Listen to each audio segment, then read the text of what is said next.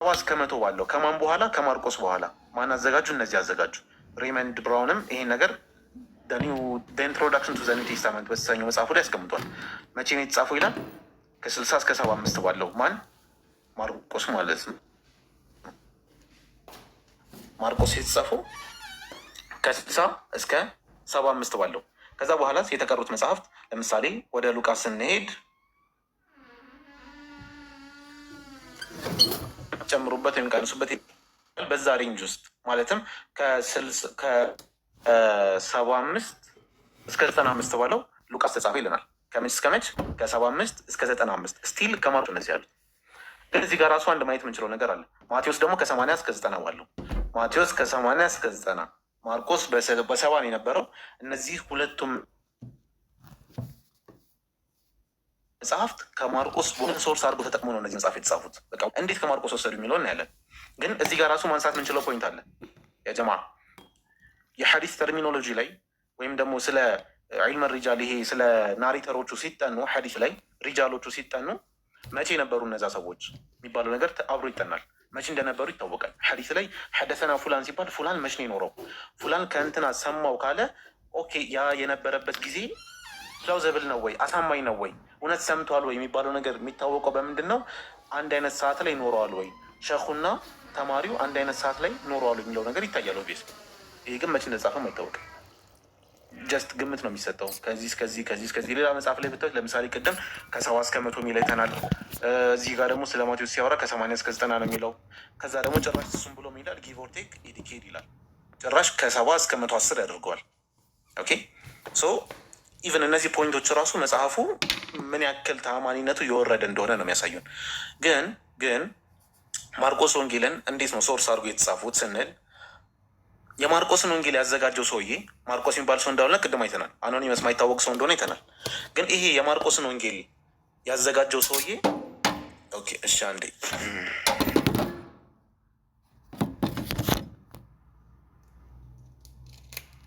ማርቆስን ወንጌል ያዘጋጀው ሰውዬ ታሪኩ ላይ 661 አንቀጾችን ያካተተው። ታሪኩን ሲያዘጋጅ ወይም ሲያዋቅር 661 አንቀጾች አሉት በውስጡ። አሁን ማርቆስ ወንጌልን ከፍታችሁ ብታዩት 661 አንቀጾች በውስጡ ይዟል። ከዛ ማቴዎስን ብከፍቱት ደግሞ ማቴዎስ ወንጌል በውስጡ 1068 አንቀጾችን ይዟል። በውስጡ 1068 አንቀጾችን ይዟል ማቴዎስ። ማርቆስ ደግሞ በውስጡ 1149 አንቀጾችን ይዟል። ለምንድን ነው ይህ የምናነሳው? ማቴዎስ ላይ ያሉት 1068ቱ አንቀጾች ከ80 እስከ 90% የሚሆኑት ከማርቆስ የተወሰዱ ናቸው። አስፍቶ የሚጻፈው ምንም አድርጎ የጻፈው ከ80 እስከ 90%ቱ ከማርቆስ የተወሰደ ነው። በቃ ይሄ ማየት ምንችለው ነው። ገብተን ገለጥ አድርገን ማርቆስና ማቴዎስን ፓራሌል ያስቀምጠን በተለያዩ መጽሐፍት ወይም በተለያዩ ስልኮች ማየት ምንችለው ነው። በቃ ራሳችን ጥናቱን እንስራው ካልን ማለት ነው። ሉቃስም ከ60 እስከ 70% የሚሆነው የሉቃስ ታሪክ ከማርቆስ የተወሰደ ነው። ወይም ደግሞ ከማርቆስ የተቀዳ እንደሆነ ያስታውቃል። ሲታይ ራሱ አንቀጾቹ ታሪኮቹ ከማርቆስ የተወሰዱ ናቸው። ለዛ ነው ሊቃውንቱ ምን የሚል ሃይፖቴሲስ ያስቀምጣሉ? ይሄ የማርቆስ ወንጌል ወይም ደግሞ ቱ ሶርስ ሃይፖቴሲስ የሚባለው ማለት ነው። ማቴዎስና ማርቆስ ሲዘጋጁ ወይም ማቴዎስና ሉቃስ ሲዘጋጁ ማርቆስን ሶርስ አድርገው ነው የጻፉት። ኦኬ ማርቆስ ላይ የሌለ ታሪክስ ማቴዎስ ላይ ያለ ማርቆስ ላይ የሌለ ታሪክ አለ። ሉቃስ ላይ ያለ ማርቆስ ላይ የሌለ ታሪክ አለ። ያንን ጎስፕል ኦፍ ኪው የሚባል አለ። ወይም ጎስፕል ኦፍ ኪው የሚባል ሌላ ሶርስ አላቸው ከማርቆስ ውጭ፣ እነሱ እንደ ሶርስ የተጠቀሙት ማለት ነው። አያችሁ አሁን ማቴዎስ ወንጌሉን ሲያዘጋጅ ማርቆስን ተጠቅሞ ነው ያዘጋጀው። ማቴዎስ ታሪክን በራሱ ተፈላስፎ ምናምን አግኝቶ አይደለም የጻፈው፣ ወይም በራሱ ጥናት አድርጎ ነው ከማርቆስ ነው የወሰደው። ማርቆስ ጻፈ፣ ሶርስ አድርጎ ማቴዎስ ከማርቆስ ጻፈ። ሉቃስ ከማርቆስ ሶርስ አድርጎ ጻፈ። ከዛስ ማርቆስ ላይ የሌሉ ታሪኮችን ከየት አመጡ ስንል ጎስፕል ኦፍ ኪው የሚባል አለ። ከዚህ ከጎስፕል ኦፍ ኪው ማቴዎስም ሉቃስም ወሰዱ ማለት ነው። ኦኬ ሰፊ ሀሳባለሁ፣ ሶርስ ሃይፖቴሲስ ሰፊ ሀሳባለሁ፣ ግን ወደዛ አንገባም። አሁን ሬይመንድ ብራውን የዚህ ሴንቸሪ በጣም ሊቅ የሚባል ስኮላር ነው እና አን ኢንትሮዳክሽን ቱ ዘ ኒው ቴስታመንት በሚለው መጽሐፉ ላይ ያስቀምጠዋል። ምን ይላል? ማርክ ዋዝ ሪትን ፈርስት። ማርቆስ መጀመሪያ ተጽፎ ነበር አለ። ማርቆስ መጀመሪያ ተጽፎ ነበረ። ከዛ በኋላስ ኤንድ ቦዝ ማቲው ኤንድ ሉክ ድሪው ኦን ኢት። ማንና ማን? ማቴዎስ እና ሉቃስ ከሱ ላይ ነው ነገራቶችን የወሰዱት ሞስት ኮመን ቴሲስ ይሄ በጣም ኮመን የሚባሉ ቴሲስ ዛት ማቴዎስ ኤንድ ሉካስ ወይም ደግሞ ማቲው ኤንድ ሉክ ዲፔንድድ ኦን ማርክ ማቴዎስ እና ሉቃስ ማርቆስ ላይ ዲፔንድ ሆኗል። ኤንድ ሮት ኢንዲፔንደንትሊ ኦፍ ኢች አዘር እያንዳንዳቸው ኢንዲፔንደንትሊ ጻፉ። ከማን ዲፔንድ ሆነው? ከማርቆስ ዲፔንድ ሆነው ማለት ነው። ከማርቆስ ወስዶ ሁለቱም በየራሳቸው ጻፉት። ሌላ ብንመለከት ለምሳሌ ፎር ጎስፐልስ የተሰኘ አንድ መጽሐፍ አለ። ይህም እውቅ የሆነ በዘመናችን የሚገኝ መጽሐፍ ነው እና እዚህ ላይም አክሴፕትድ ቪው በጣም አክሴፕትድ የተባለው ቪው ፕራዮሪቲ ኦፍ ማርክ ነው። ፕራዮሪቲ ኦፍ ማርክ አክሴፕትድ ቪው ዛት ማርክ ዋዝ ኤ ሶርስ ዩዝድ ባይ ማቲው ኤንድ ሉክ ማርክ ወይም ደግሞ ማርቆስ በማቴዎስ እና በሉቃስ እንደ ሶርስ ተጠቅመውት ነበረ። ሪኳየርስ ስላይትሊ ሪሴቲንግ ያው እሺ ሪሴት አድርገውታል። ነገራቶችን ስላይትሊ ሪሴት አድርገውታል። ግን ሶርስ ያደረጉት ማቴዎስ እና ሉቃስ ማንን ነው? ማርቆስን ነው። ይሄ በቃ በጣም ክሩሻል የሆነ ፖይንት፣ በጣም ልትይዙስ የሚገባ ፖይንት ነው። ማርቆስ የሰበከልን ኢየሱስ አለ። ማርቆስ ላይ የምናገኘው ኢየሱስ አለ። ድክመቱን እየሞሉለት መሟላት ያለበትን የሚጎለውን ነገር እየሞሉ ያሟሉለት ማቴዎስ እና ሉቃስ ናቸው። ያንን በሰፊው ነው ያዋለን። ግን እንደ ኢንትሮዳክሽን ይሄን ካየን ቅድም ሉቃስ ስንጀምር ምን ብለን ነበረ? ብዙዎች ታሪክን ለማዘጋጀት ሞከሩ አለን አይደለ? ብዙዎች ታሪክን ለማዘጋጀት ሞከሩ። ኦኬ ብዙዎች ሞከሩ፣ ግን ለምን አራቱ ተመረጡ? አሁን ብዙዎች ታሪክን ሊያዘጋጁ ሞክረዋል። ኦኬ ለምን የብዙዎቹ ታሪክ ተትቶ የአራቱ ብቻ ተመረጠ? ይህም አንድ ፖይንት ነው አይደለ? ይህም መታየት ያለበት አንድ ፖይንት ነው። ማሩ እዚህ ላይ በደንብ ይሄድበታል። ማሩ ይህን በደንብ ያስረዳናል ኢንሻላህ። ግን አሁን እኔ ካወራሁት ውስጥ እንዲትዙልኝ የምፈልገው እነዚህ ወንጌላት መቼ እንደተጻፉ በእርግጠኝነት አይታወቅም። ማን እንደጻፋቸው አይታወቅም። ለምን እንደተጻፉ እንዲሁም ደግሞ በቃ ቤዚክ የሚባል ኢንፎርሜሽን ስለ እነዚህ መጽሐፍት አይታወቅም። ቤዚክ የሚባል ኢንፎርሜሽን ስለ እነዚህ መጽሐፍት አይታወቅም። ሌላ ደግሞ መያዝ ያለባቸው ፓርት ምንድን ነው? እዚህ ጋር እነዚህ መጽሐፍት ሲጻፉ ሉቃስን ወይም ደግሞ ማርቆስን ሶርስ አድርገው ነው የተጻፉት። ማንና ማን? ማቴዎስ እና ሉቃስ ሲዘጋጁ ማርቆስን ሶርስ አድርገው ነው የጻፉት። በቃ ማቴዎስ ላይ የምናገኘውና ሉቃስ ላይ የምናገኘው ወይም ደግሞ ማቴዎስ ላይ የምናገኘውና ማርቆስ ላይ የምናገኘው ታሪክ ተመሳሳይ ከሆነ ማቴዎስ ከማርቆስ ሶርስ አድርጎ ከዛ ላይ ወስዶ የጻፈልን ታሪክ ነው ማለት ነው። ሰው ለምን አራቱ ተመረጡ የሚለውን እንዲ ማሩ ካለ አራቱ ለምን እንደተመረጡ በሰፊው ሂዱ እንዳንሻ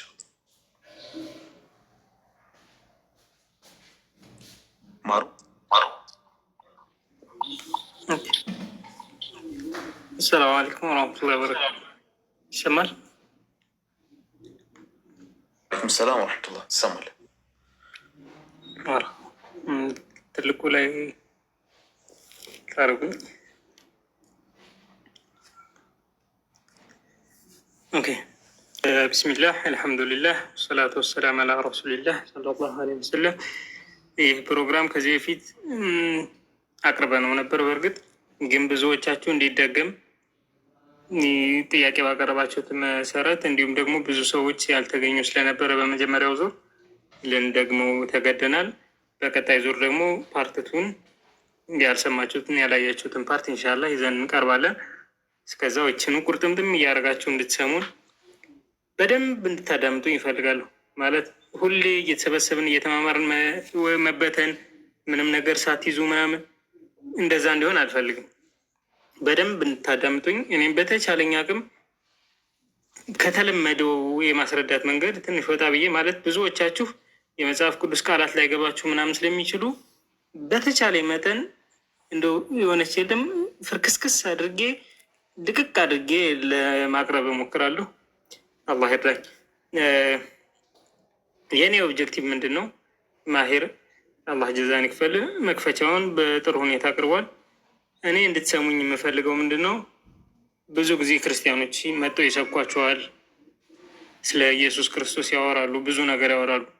ኢየሱስ እንደዚህ ተወልዶ እንደዚህ አድርጎ እንደዚህ ታምር ሰርቶ እንደዚህ አድርጎ የእናንተ ነብይ ግን ይሉና ወደኛ ነብይ ደግሞ ይመጣሉ እና ብዙ ጊዜ ስለ ኢየሱስ ያነሱ ኢየሱስ ከኢየሱስ በፊት በነበሩ መጽሐፍት የተነገሩ ትንቢቶችን እንደፈጸመ፣ ስለ ኢየሱስ ከሱ በፊት የተናገሩ መጽሐፍቶች እንዳሉ፣ ኢየሱስ ሲወለድ ትንቢት ተነግሮለታል፣ ኢየሱስ ሲሞት ትንቢት ተነግሮለታል፣ ኢየሱስ ሲተኛ፣ ኢየሱስ ሲበላ፣ ኢየሱስ ሲጠጣ፣ እነዚህ ሁሉ ትንቢት ተነግሮላቸዋል።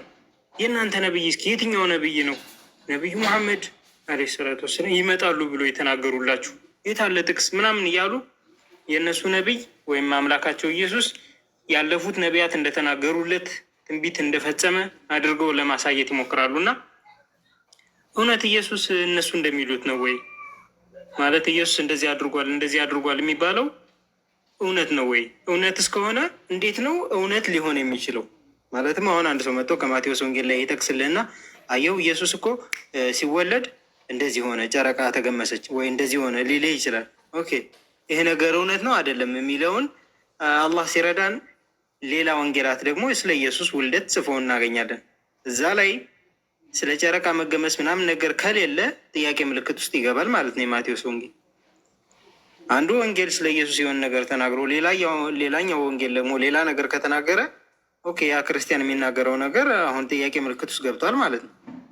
አንዱ ወንጌል ላይ የምታወራው ነገር ሌላ ወንጌል ላይ ከሌለ እና ከተጋጨ ኦኬ ችግር አለ ማለት ነው። ስለዚህ ዛሬ ማሳያችሁ ምንድን ነው፣ ስለ ኢየሱስ የሚነግሯችሁ ነገር ሁሉ መጽሐፍ ቅዱስ ላይ አለ ማለት እውነት ነው ማለት አይደለም። የወንጌል ጸሐፊዎች ታሪካዊውን ኢየሱስ ወይም ደግሞ ስለ ኢየሱስ እውነተኛ ታሪክ ጽፈውላችኋል ማለት አይደለም። ነገ ሄደህ የማቴዎስ ወንጌል ገብተህ ልታነብ ትችላለህ። እዛ ላይ የምታነበው ነገር እውነት ነው ወይ? እውነት በኢየሱስ ሕይወት ላይ ይሄ ነገር ተፈጥሯል ወይ? ኢየሱስ ይሄን ነገር ተናግሯል ወይ? ኢየሱስ ላይ ይሄ ነገር ተፈጥሯል ወይ? የሚሉትን ዛሬ አላህ ከረዳ እናያለን። አንድ ነገር ማስታወስ ያለባቸው ምንድን ነው፣ ወንድማችን ማሄር እንደነገረን የማርቆስ ወንጌል የሚባለው ወንጌል የመጀመሪያው ወንጌል ነው። ማለትም ይሄ ኮንሰንሰስ ነው ማለት ሁሉም ስኮላሮች በሚባል ደረጃ እድሜ ልካቸውን መጽሐፍ ቅዱስ የሚያጠኑ ክርስቲያኖችን በሏቸው ክርስቲያን ያልሆኑም ስኮላሮች የሚስማሙበት ሀሳብ ነው። ምንድን ነው ማርቆስ ወንጌል የሚባለው ወንጌል መጀመሪያ የተጻፈ ወንጌል ነው። ማርቆስ ወንጌል ሲጻፍ የማቴዎስ፣ የሉቃስ፣ የዮሐንስ ወንጌል የሚባል የለም። አስቡት እንግዲህ አሁን መጽሐፍ ቅዱስ አላቸው ክርስቲያኖች ዛሬ ላይ የጥቁር መጽሐፍ ታውቁታላችሁ ሁላችሁ። ያ መጽሐፍ ማርቆስ ወንጌል ሲጻፍ የለም ነበር። አስቡት ከ2000 ዓመት በፊት ተመለሱና የማርቆስ ወንጌል ጸሐፊ ሲጽፍ የማቴዎስ ወንጌል የሚባል ወንጌል አይታወቅም፣ በዓለም ገና አልተጻፈም። የሉቃስ ወንጌል የሚባል አልተጻፈም። ስለ ማርቆስ ብቻውን እየጻፈ ነው። ከዛ ከ15 ዓመት በኋላ ከ20 ዓመት በኋላ ደግሞ ማቴዎስ የሚባል ጸሐፊ የማርቆስን ወንጌል እያየ ማቴዎስ ወንጌል ብሎ ጻፈ እንበል። አስታውሱ ከ2000 ዓመት በፊት እንደዛ ነው የነበረው። እና የማርቆስ ወንጌል ሲጻፍ ሌላ ወንጌል የለም። 4 ወንጌል 3 ወንጌል የሚባል የለም። ብዙ ወንጌላት አሉ፣ ነገር ግን ቤተ ክርስቲያን የተቀበለቻቸው ምናምን የሚባል የለም። ያን የቤተ ክርስቲያን መጽሐፍ ቅዱስ ምናምን 81 66 ምናምን የሚባል የለም። አስታውሱ ማርቆስ ብቻ ነው ያለው። የማርቆስ ታሪክ ምን ይመስል ነበር? ከዛ ደግሞ ማቴዎስ እና ሉቃስ የሚባሉ መጡና ጻፉ መጽሐፍ ቅዱስ ስለ ኢየሱስ ታሪክ ማለት ነው። እነዚህ ሰዎች ሲጽፉ ምንድን ነው ዓላማቸው? ፈጣሪ የገለጠላቸው ነው ወይ የሚለውን ካለ ማንም ክርስቲያን ገብቶ ማንበብ ይችላል። ማንኛውም ሙስሊም ገብቶ ማንበብ ይችላል። መጽሐፍ ቅዱስ ውስጥ ገብታችሁ ይሄ እኔ እግዚአብሔር ቃል ነኝ የሚል መጽሐፍ የለም። የሉቃስ ወንጌልን ገብታችሁ ሂዱና እዩት። ለእኔ ውለታው አሉልኝ። ውለታው ወደ እናንተ ይዞራል ስታነቡት ማለት ነው። ሉቃስ ወንጌል ገብታችሁ ስታነቡት ታሪክ እየጻፍኩ ነው ብሎ ነው የሚጀምረው። በቃ ለሆነ ሰው ደብዳቤ እየጻፈ እኔ ቴዎፍሎስ ሆይ እንደዚህ የሆነ የተማርከው ነገር አለ እንደው እንዲህ ልጻፍልህ እያለ ታሪክ ነው የሚጽፍለት ለጓደኛው ደብዳቤ ማለት ነው። ውለታው አሉልኝ እና ሄዳችሁ እዩት። እና ያ መጽሐፍ ራሱ እኔ እግዚአብሔር ቃል ነኝ አይልም። አንደኛ እኔ እግዚአብሔር ቃል ነኝ ያላለን አንተ እግዚአብሔር ቃል ነህ ብለን እኛ እንታገልም። ግን ምን ጽፈሃል የሚለውን እናያለን። ማቴዎስ ወንጌልን ብታዩ እኔ እግዚአብሔር ቃል ነኝ አይልም። እኔ የሐዋርያ ቃል ነኝ አይልም። ዝም ብሎ ብቻ ስለ ኢየሱስ ጽፏል። ኦኬ እነዚህ በቤተ ክርስቲያንም የታመነ ነው፣ ምንም ጥያቄ የለውም። ያው መንፈስ ቅዱስ መርቷቸዋል ነው እንጂ የሚባል መጽሐፍ ቅዱሱ ላይ ራሱ ላይ እኔ ፈጣሪ ቃል ነኝ የሚል የለም። ስለዚህ እዛ መጽሐፍ ቅዱስ ላይ ያለው የኢየሱስ ታሪኮች ምን ይመስላሉ? እኛ ሙስሊሞች እንዲሁም ዛሬ የመጣችሁ ክርስቲያኖች ካላችሁ ከመጽሐፍ ቅዱስ ምን አይነት ነገር ልንማር እንችላለን ስለ ኢየሱስ የሚለውን በትንሹ ለማሳየት ነው። መግቢያችን ዛሬ ከልጅነቱ ገባላችኋለሁ። ኢየሱስ ሲወለድ ጀምሮ እንዴት ነው የተወለደው? ምን አይነት አወላለድ ነበረው? ስለ ኢየሱስ ውልደት፣ ስለ ልደቱ የተነገረን ታሪክ ምን ይመስላል የሚለውን በጥሞና እና በስነ ስርዓት ታዳምጡኛላችሁ ማለት ነው። ቪዲዮ ልክፈት አንዴ።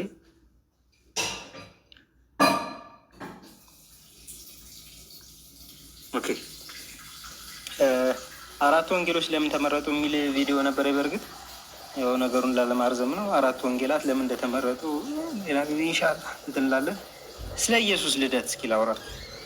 ኢየሱስ እንዴት እንደተወለደ በመጽሐፍ ቅዱስ ውስጥ 2 ቦታ ላይ ተጠቅሶ እናገኘዋለን።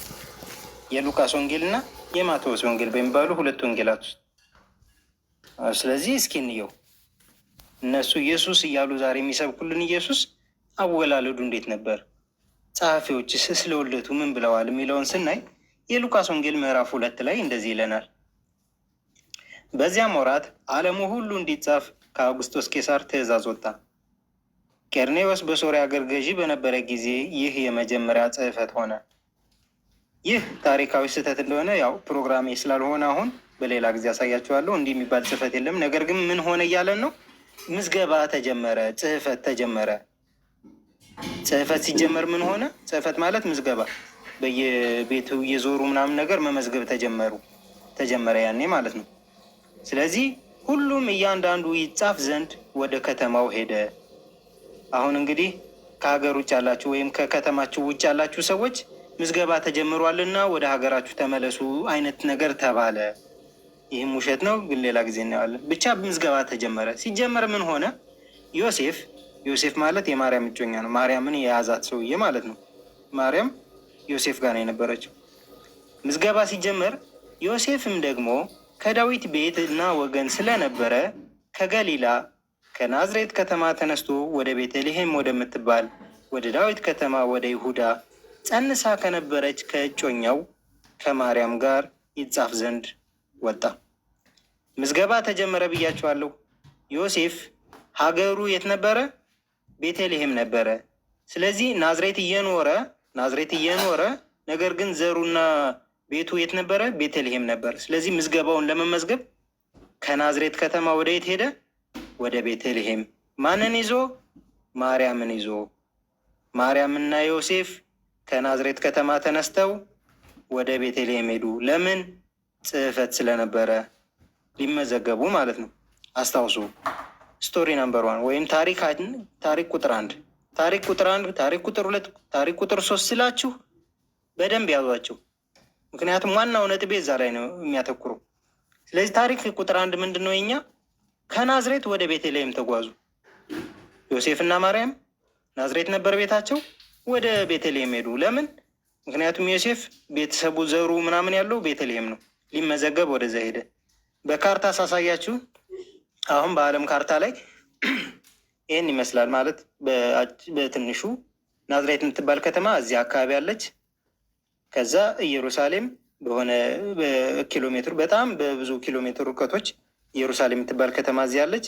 ቤተልሔም የምትባል ከተማ አለች። ይሄ እኔ ዝም ብዬ እንደ ግምት አይደለም ያስቀመጥኩት፣ እንደዚህ ነው አቀማመጣቸው። አስተውሉ። ቤተልሔም እዚህ አካባቢ ናት። ኢየሩሳሌም በ8 ኪሎ ሜትር ወር እንደዛ አካባቢ ተቀራርበው ያሉ ከተሞች ናቸው ኢየሩሳሌም እና ቤተልሔም። ናዝሬት የምትባለው ራቅ ብላ ያለች ከተማ ናች። ግብፅ ደግሞ እዚህ ተሻግሮ ያለ ሀገር ነው፣ ከእስራኤል ውጭ ማለት ነው፣ ከፍልስጤም ውጭ። ምንድን ነው ያለን? ናዝሬት ነበሩ፣ ለምዝገባ ወደ ቤተልሔም ሄዱ። መነሻቸው የት ነው? አስታውሱ። ማርያም እና ዮሴፍ ናዝሬት ነበሩ፣ ለምዝገባ ወደ ቤተልሔም መጡ። ቤተልሔም መጡ ዮሴፍ እና ማርያም ማለት ነው። ታሪክ 1 እንዳትረሱ። ታሪክ ነምበር 1 ከናዝሬት ይኖሩ ነበር፣ ለምዝገባ ወደ ቤተልሔም መጡ። በደንብ እንዲገባችሁ ነው፣ እንዲቀስ እያልኩ እንዲህ የማደርገው ማለት ነው። የሉቃስ ወንጌል ምዕራፍ 2 ኦኬ። ከናዝሬት ወደ ቤተልሔም መጡ ተብለናል። በዚያም ሳሉ ይላል። በየት ሳሉ? ቤተልሔም መጣችሁ የለ ማርያምና ዮሴፍ ቤተልሔም እያሉ በዚያ ሳሉ የመውለጃዋ ወራት ደረሰ። ለምዝገባ ሲመጡ ማርያም እርጉዝ ነበረች እና ቤተልሔም መጡ ሊመዘገቡ። እንዳጋጣሚ ሲመጡ የመውለጃዋ ወራት ደረሰ። የበኩር ልጇንም ወለደች። ኢየሱስ የተወለደ ቤተልሔም። ሀገራቸው የት ነበር? ናዝሬት። ለምዝገባ መጥተው ቤተልሔም ተወለደ ኢየሱስ። ኦኬ ወለደች። በመጠቅለያም ጠቀለለችው፣ በእንግዶችም ማደሪያ ስፍራ ስላልነበራቸው በግርግም አስተኛችው ይላል። ወለደችው ያው ቦታ ስለሌለ በጉዞ ስለመጡ ቤተልሔም ሀገራቸው ስላልነበረ ያው በረት ላይ ያሳደረችው ማለት ነው። ኦኬ ከናዝሬት መጡ፣ ቤተልሔም ተወለደ ማለት ነው። ቁጥር 1 ከናዝሬት ወደ ቤተልሔም መጡ፣ በቤተልሔም ወለደችው። በዚያው ሳሉ ወለደች። ኢየሱስ የት ተወለደ? አስታውሱ። ኢየሱስ የት ተወለደ? ቤተልሔም ተወለደ። ቤተሰቦቹ የት ነበር የሚኖሩት? ናዝሬት። ምን ሊሰሩ እዚህ መጡ? ምዝገባ አለ ተብሎ። የት ተወለደ? ቤተልሔም ተወለደ። ኦኬ ቤተልሔም ተወልዷል። ማሻአላህ።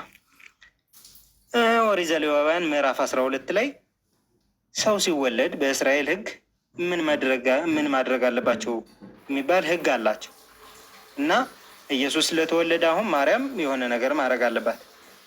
እግዚአብሔር ለሙሴ እንዲህ ብሎት ነበር፣ ለእስራኤል ልጆች እንዲህ ብለህ ንገራቸው፣ ሴት ብታረግዝ ወንድ ልጅም ብትወልድ 7 ቀን ያህል የረከሰች ናት፣ እንደ ሕመሟ መርገም ወራት ትረክሳለች። በ8ኛው ቀን ልጁን ከስጋው ሸለፈት ይገረዝ። አየው ወንድ ልጅ ከወለደች ያው እስከ 7 ቀን እርኩስ ናት። በ8ኛው ቀን ምን ይባል? ልጁ ይገረዝ ተባለ። ሕግ አለ በብሉይ ኪዳን ከኢየሱስ በፊት የነበረ የእግዚአብሔር ሕግ። ኢየሱስ በቤተልሔም ተወልዷል፣ መገረዝ አለበት ከ8 ቀን በኋላ ማለት ነው። ከደሟም እስክትነጻ 33 ቀን ትቀመጥ ይላል። እንግዲህ 7 ቀን ትረክስና በ8ኛው ቀን ልጁ ይገረዛል። ከዛ 33 ቀን ትጠብቃለች። 8 እና 33 40 ቀን ሞላት ማለት ነው። 40 ቀን ከሞላት በኋላ የመንጻት ወራት ይባላል። ያ እንግዲህ በመንጻት ወራት በተፈጸመ ጊዜ 40 ቀን ከሞላት በኋላ ምን ይሆናል? ለወንድ ልጅ ከሆነ ለወንድ ልጅ ወይም ለሴት ልጅ የ1 ዓመት ጠቦት በግ ማለት ነው። እንግዲህ ወንድ ልጅም ሴት ልጅም ከወለደች 40 ቀን ከቆየች በኋላ ምን ታድርጋ ይላል? የ1 ዓመት ጠቦት ለሚቃጠል መስዋዕት፣ የእርግብ ግልገልን ወይም ደግሞ ዋኖስ ለኃጢአት መስዋዕት ወደ መገናኛ ድንኳን ደጃፍ ወደ ካህኑ ታምጣለት ይላል። መስዋዕት ታቀርባለች። የአንድ ሴት ከወለደች እንግዲህ ለልጁ የሚሆን በግና አሞራ እርግብ ነገር መስዋዕት ይቀርባል። ነገር ግን ገንዘብ ከሌላት ጠቦት ለማምጣት ገንዘብ ያልበቃት ከሆነ ይላል 2 የእርግብ ግልገሎች ያው ወፎችን አምጥታ መስዋዕት ታቅርብ ይላል። ማርያም ልጅ ወለደች። ስለዚህ በ40 ቀኗ ወይ በግና እርግብ መስዋዕት ማቅረብ አለባት፣ ወይ ደግሞ ብር ከሌላት ደግሞ 2 የእርግብ ግልገል ማቅረብ አለባት። ኦኬ 8 ቀን ሲሞላ ይገረዝ ተብሏል። የሉቃስ ወንጌል ስንመለስ ምን ይላል? ሊገርዙት 8 ቀን በሞላ ጊዜ በማህፀን ሳይረገዝ በመልአኩ እንደተባለ ስሙ ኢየሱስ ተብሎ ተጠራ። 8 ቀን ሞላው ሊገርዙት ማለት ነው። ተገረዘ። ኦኬ እንደ ሙሴም ሕግ የመንጻታቸው ወራት በተፈጸመ ጊዜ ምን ብያችሁ ነበር ቅድም? ለመንጻት 40 ቀን አለ። ከ40 ቀን በኋላ መስዋዕት ታቀርባለች። ስለዚህ ምን አደረጉ? በጌታም ሕግ 2 ዋሊያ ወይም 2 የእርግብ ጫጩት እንደተባለ መስዋዕት ሊያቀርቡ ወደ ኢየሩሳሌም ወሰዱት። 2 እርግብ ለማን ነው? ድሃ። ብር ከሌላችሁ 2 እርግብ፣ ብር ካላችሁ ደግሞ 1 በግና 1 እርግብ ነበር ሕጉ። ማርያም ግን ድሃ ስለነበረች 2 እርግብ ለኢየሱስ መስዋዕት ለማቅረብ በቤተልሔም ተወልዶ ነበረ። ወደ የት ወሰዱት? ወደ ኢየሩሳሌም። ኢየሩሳሌም የት ነው? ቤተ መቅደሱ ያለበት ቦታ ማለት ነው። መዲና ተወልዶ ወደ መካ ሄደ እንደማለት ነው። መስጂድ አልሐራም ወይም ካዕባ ወዳለበት ወደ ዋናው ቦታ መዲና ተወለደ። ያው ቤተልሔም ማለት ነው። ትልቅ ከተማ ናት በአይሁድ ሕግ በእስራኤል ዘንድ። መዲና ተወልዶ ወደ መካ እንደመሄድ ማለት ነው። ሀሳቤ እንዲገባችሁ ነው። ቤተልሔም ተወልዶ ወደ የት ወሰዱት? ወደ ኢየሩሳሌም። ታሪክ ነምበር 2 ሁለተኛው ታሪካችን ምን ሆነ ማለት ነው? ኢየሱስ በቤተልሔም ተወለደ፣ ተገረዘ። ማርያምም 40 የመንጻት ቀናቶቿን ጨርሳ መስዋዕት ለማቅረብ ወደ ኢየሩሳሌም ሄዱ። በካርታ ሳሳያችሁ ናዝሬት ነበሩ፣ ለምዝገባ ቤተልሔም መጡ። ቤተልሔም ላይ ያለች ወለደችው። ወልዳም 40 ቀን ከቆየች በኋላ መስዋዕት ለማቅረብ ወደ የት ሄዱ? ወደ ኢየሩሳሌም። ከቤተልሔም ወደ ኢየሩሳሌም። ካርታውን አስታውሱ። ናዝሬት ነው ቤታቸው። ወደ ቤተልሔም መጡ። ቤተልሔም ተወለደ። ወደ ኢየሩሳሌም ሄዱ መስዋዕት ለማቅረብ። አሁን የት ናቸው? ኢየሩሳሌም ናቸው ማለት ነው። ኦኬ ሁሉንም እንደ ጌታ ሕግ ከፈጸሙ በኋላ ይላል። መስዋዕት ሊያቀርቡ 2 እርግብ ይዘው አይደል ሄዱ ኢየሩሳሌም። ኢየሩሳሌም ሁሉን ነገር ከጨረሱ በኋላ ወደ ገሊላ ወደ ከተማቸው ወደ ናዝሬት ተመለሱ ይላል። ወደ ኢየሩሳሌም ሄደው ነበር። ሁሉን ከፈጸሙ በኋላ ወዴት ሄዱ? ወደ ከተማቸው። ከተማቸው የት ነው? ቅድም ስንጀምር የጀመርነው ወደ ናዝሬት ተመለሱ ይላል። ታሪክ ቁጥር 3 በኢየሩሳሌም ስርዓቱን ፈጽመው ወደ ናዝሬት ተመለሱ። ስለዚህ በካርታ ሳሳያችሁ ምን ይመስላል? ናዝሬት ነበር ቤታቸው። ለምዝገባ ቤተልሔም መጡ። ኢየሱስ ቤተልሔም ተወለደ። ወደ ኢየሩሳሌም ትእዛዙን ለመፈጸም መስዋዕት ለማቅረብ ሄዱ። ኢየሩሳሌም ሕጉን ከጨረሱ በኋላ ወደ ከተማቸው ወደ ናዝሬት፣ ወደ ድሮ ቤታቸው ወደ ናዝሬት ተመለሱ። ይህንን ካርታ አስታውሱት። ይህን ሁሉ ምስላችሁ ካርታው እንዲገባቸው አእምሯችሁ ላይ ቁጭ እንዲል በየት ሂዶ ወደ ቤታቸው እንደተመለሱ እንድታስታውሱት ነው። ከናዝሬት መጡ፣ ቤተልሔም ተወለደ። ከቤተልሔም ወደ ኢየሩሳሌም ሄዱ። ኢየሩሳሌም መስዋዕቱን አቅርቦ ምን ብለው ወደ ናዝሬት ወደ ሀገራቸው ገቡ። ግብፅ እዚህ ናት። ወደ ግብፅ ምናምን አልሄዱም። የሉቃስ ወንጌል ላይ በሉቃስ ወንጌል ላይ ትንቢት ተፈጽሞለታል ምናምን የሚባል ነገር የለም። ምንም ነገር የለም። በቃ ከናዝሬት መጣ፣ ምዝገባ ነበር፣ ቤተልሔም ተወለደ፣ ወደ ኢየሩሳሌም መስዋዕት ለማቅረብ ሄዱ። ከኢየሩሳሌም ደግሞ ወደ ከተማቸው ወደ ናዝሬት ተመለሱ። ከተማቸው የት ነበረ? ናዝሬት ነው። አስታውሱ። በሉቃስ ወንጌል መሰረት የእነ ኢየሱስ ሀገር የማርያምና የዮሴፍ ሀገር የት ነው? ናዝሬት ነው። አስታውሱ። ዋናው ማለት ይሄ ሁሉ ማወራችሁ ነገር ነጥቡ ይሄ ካርታ ላይ ነው የሚቀረው። መጨረሻ ላይ ቤታቸው ናዝሬት ነው። 1 ቁጥር ወደ ቤተልሔም ሄዱ፣ 2 ቁጥር ወደ ኢየሩሳሌም ሄዱ፣ 3 ቁጥር ወደ ናዝሬት ተመለሱ። ይህን ካርታ አስታውሱ። የሉቃስ ወንጌል ይሄ ነው ታሪኩ። ኢየሱስ በዚህ መልኩ ተወልዷል ይላል። ኦኬ፣ ምንም አዲስ ነገር የለም። ማንኛውም ሰው እንደሚወለደው ነው የተወለደው። ብዙም አዲስ ነገር አላየንበትም። ኦኬ፣ ሉቃስ ወንጌሉን ሲጀምር ምን ብሎናል መሰላችሁ? ይህንን ታሪክ የነገረን ሰውዬ ምን አለ? የከበርክ ቴዎፍሎስ ሆይ ይላል። ለሰው እየላከ ነው፣ ደብዳቤ እየላከ ነው። እንደነገርኳችሁ ወንጌል ከመጀመሪያ በዓይን ያዩትና የቃሉ አገልጋዮች የሆኑት እንዳስተላለፉልን አለ። እሱም የደረሰውን ወሬ ነው የሚዘግብልን። በእኛ ዘንድ ስለተፈጸመው ነገር ብዙዎች ታሪክን በየተራው ለማዘጋጀት ስለሞከሩ፣ ብዙዎች ስለተፈጠረው ነገር ታሪክ ለማዘጋጀት ሞክረዋል። እኔ ደግሞ ስለተማርከው ቃል እርግጡን እንድታውቅ አለ። ስለ ኢየሱስ እርግጧን ወቃት በጥንቃቄ አለ የሉቃስ ወንጌል። በጥንቃቄ ሁሉን ከመጀመሪያው ተከትዬ በየተራው ልጽፍልህ መልካም ሆኖ ታየኝ። ስለዚህ በጥንቃቄ ነው የጻፍኩት እያለ ነው ወንጌሉን። በጥንቃቄ ሲጽፍ ሉቃስ ናዝሬት ነው ቤታቸው፣ ወደ ቤተልሔም መጡ፣ ወደ ኢየሩሳሌም ሄዱ፣ ወደ ናዝሬት ተመለሱ ብሎናል። ይህ እንግዲህ በጥንቃቄ የተጻፈው ወንጌል ነው። የእግዚአብሔር መንፈስ በእግዚአብሔር መንፈስ እርዳታ የተጻፈ ነው። ይሄ ማን ታሪክ ነው? የሉቃስ ወንጌል የኢየሱስ ታሪክ። ወደ ማቴዎስ እንምጣ። የማቴዎስ ወንጌል ምዕራፍ 2 ላይ አሁንም ስለ ኢየሱስ አወላለድ እናገኛለን። ምን ይላል? ኢየሱስም በይሁዳ ቤተልሔም በንጉሥ በሄሮድስ ዘመን በተወለደ ጊዜ ይላል።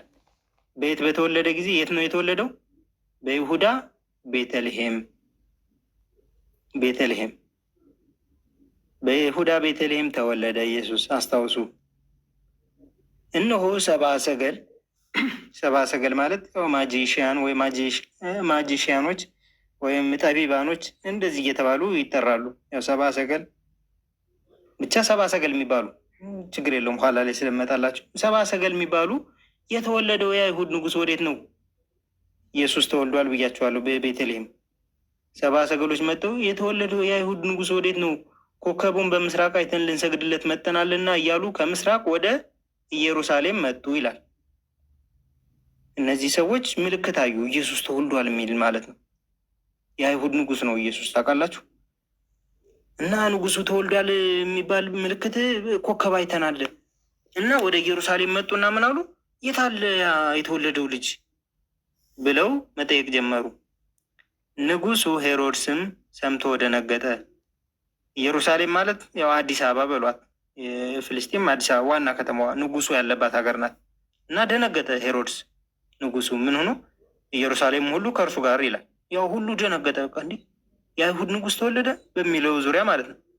የካህናት አለቆች የሕዝቡንም ጸሐፎች ሁሉ ሰብስቦ ክርስቶስ ወዴት እንዲወለድ ጠየቃቸው። ንጉሱ ጠራና እነዚህ ጸሐፊዎች አለቆች ምናምን ይሄ ክርስቶስ የአይሁድ ንጉስ የሚባለው ሕፃን የት ነው የሚወለድ ብሎ ጠየቃቸው። ምክንያቱም እሱ ንጉስ ነው ወገኖች፣ ንጉሱ ሄሮድስ እሱ በነገሰበት ሀገር ሌላ ንጉስ ተወልዷል እየተባለ ነው፣ ኢየሱስን ማለት ነው። እና የት ነው የሚወለደው ብሎ ሲጠይቃቸው የማቴዎስ ወንጌል ምን ይለናል?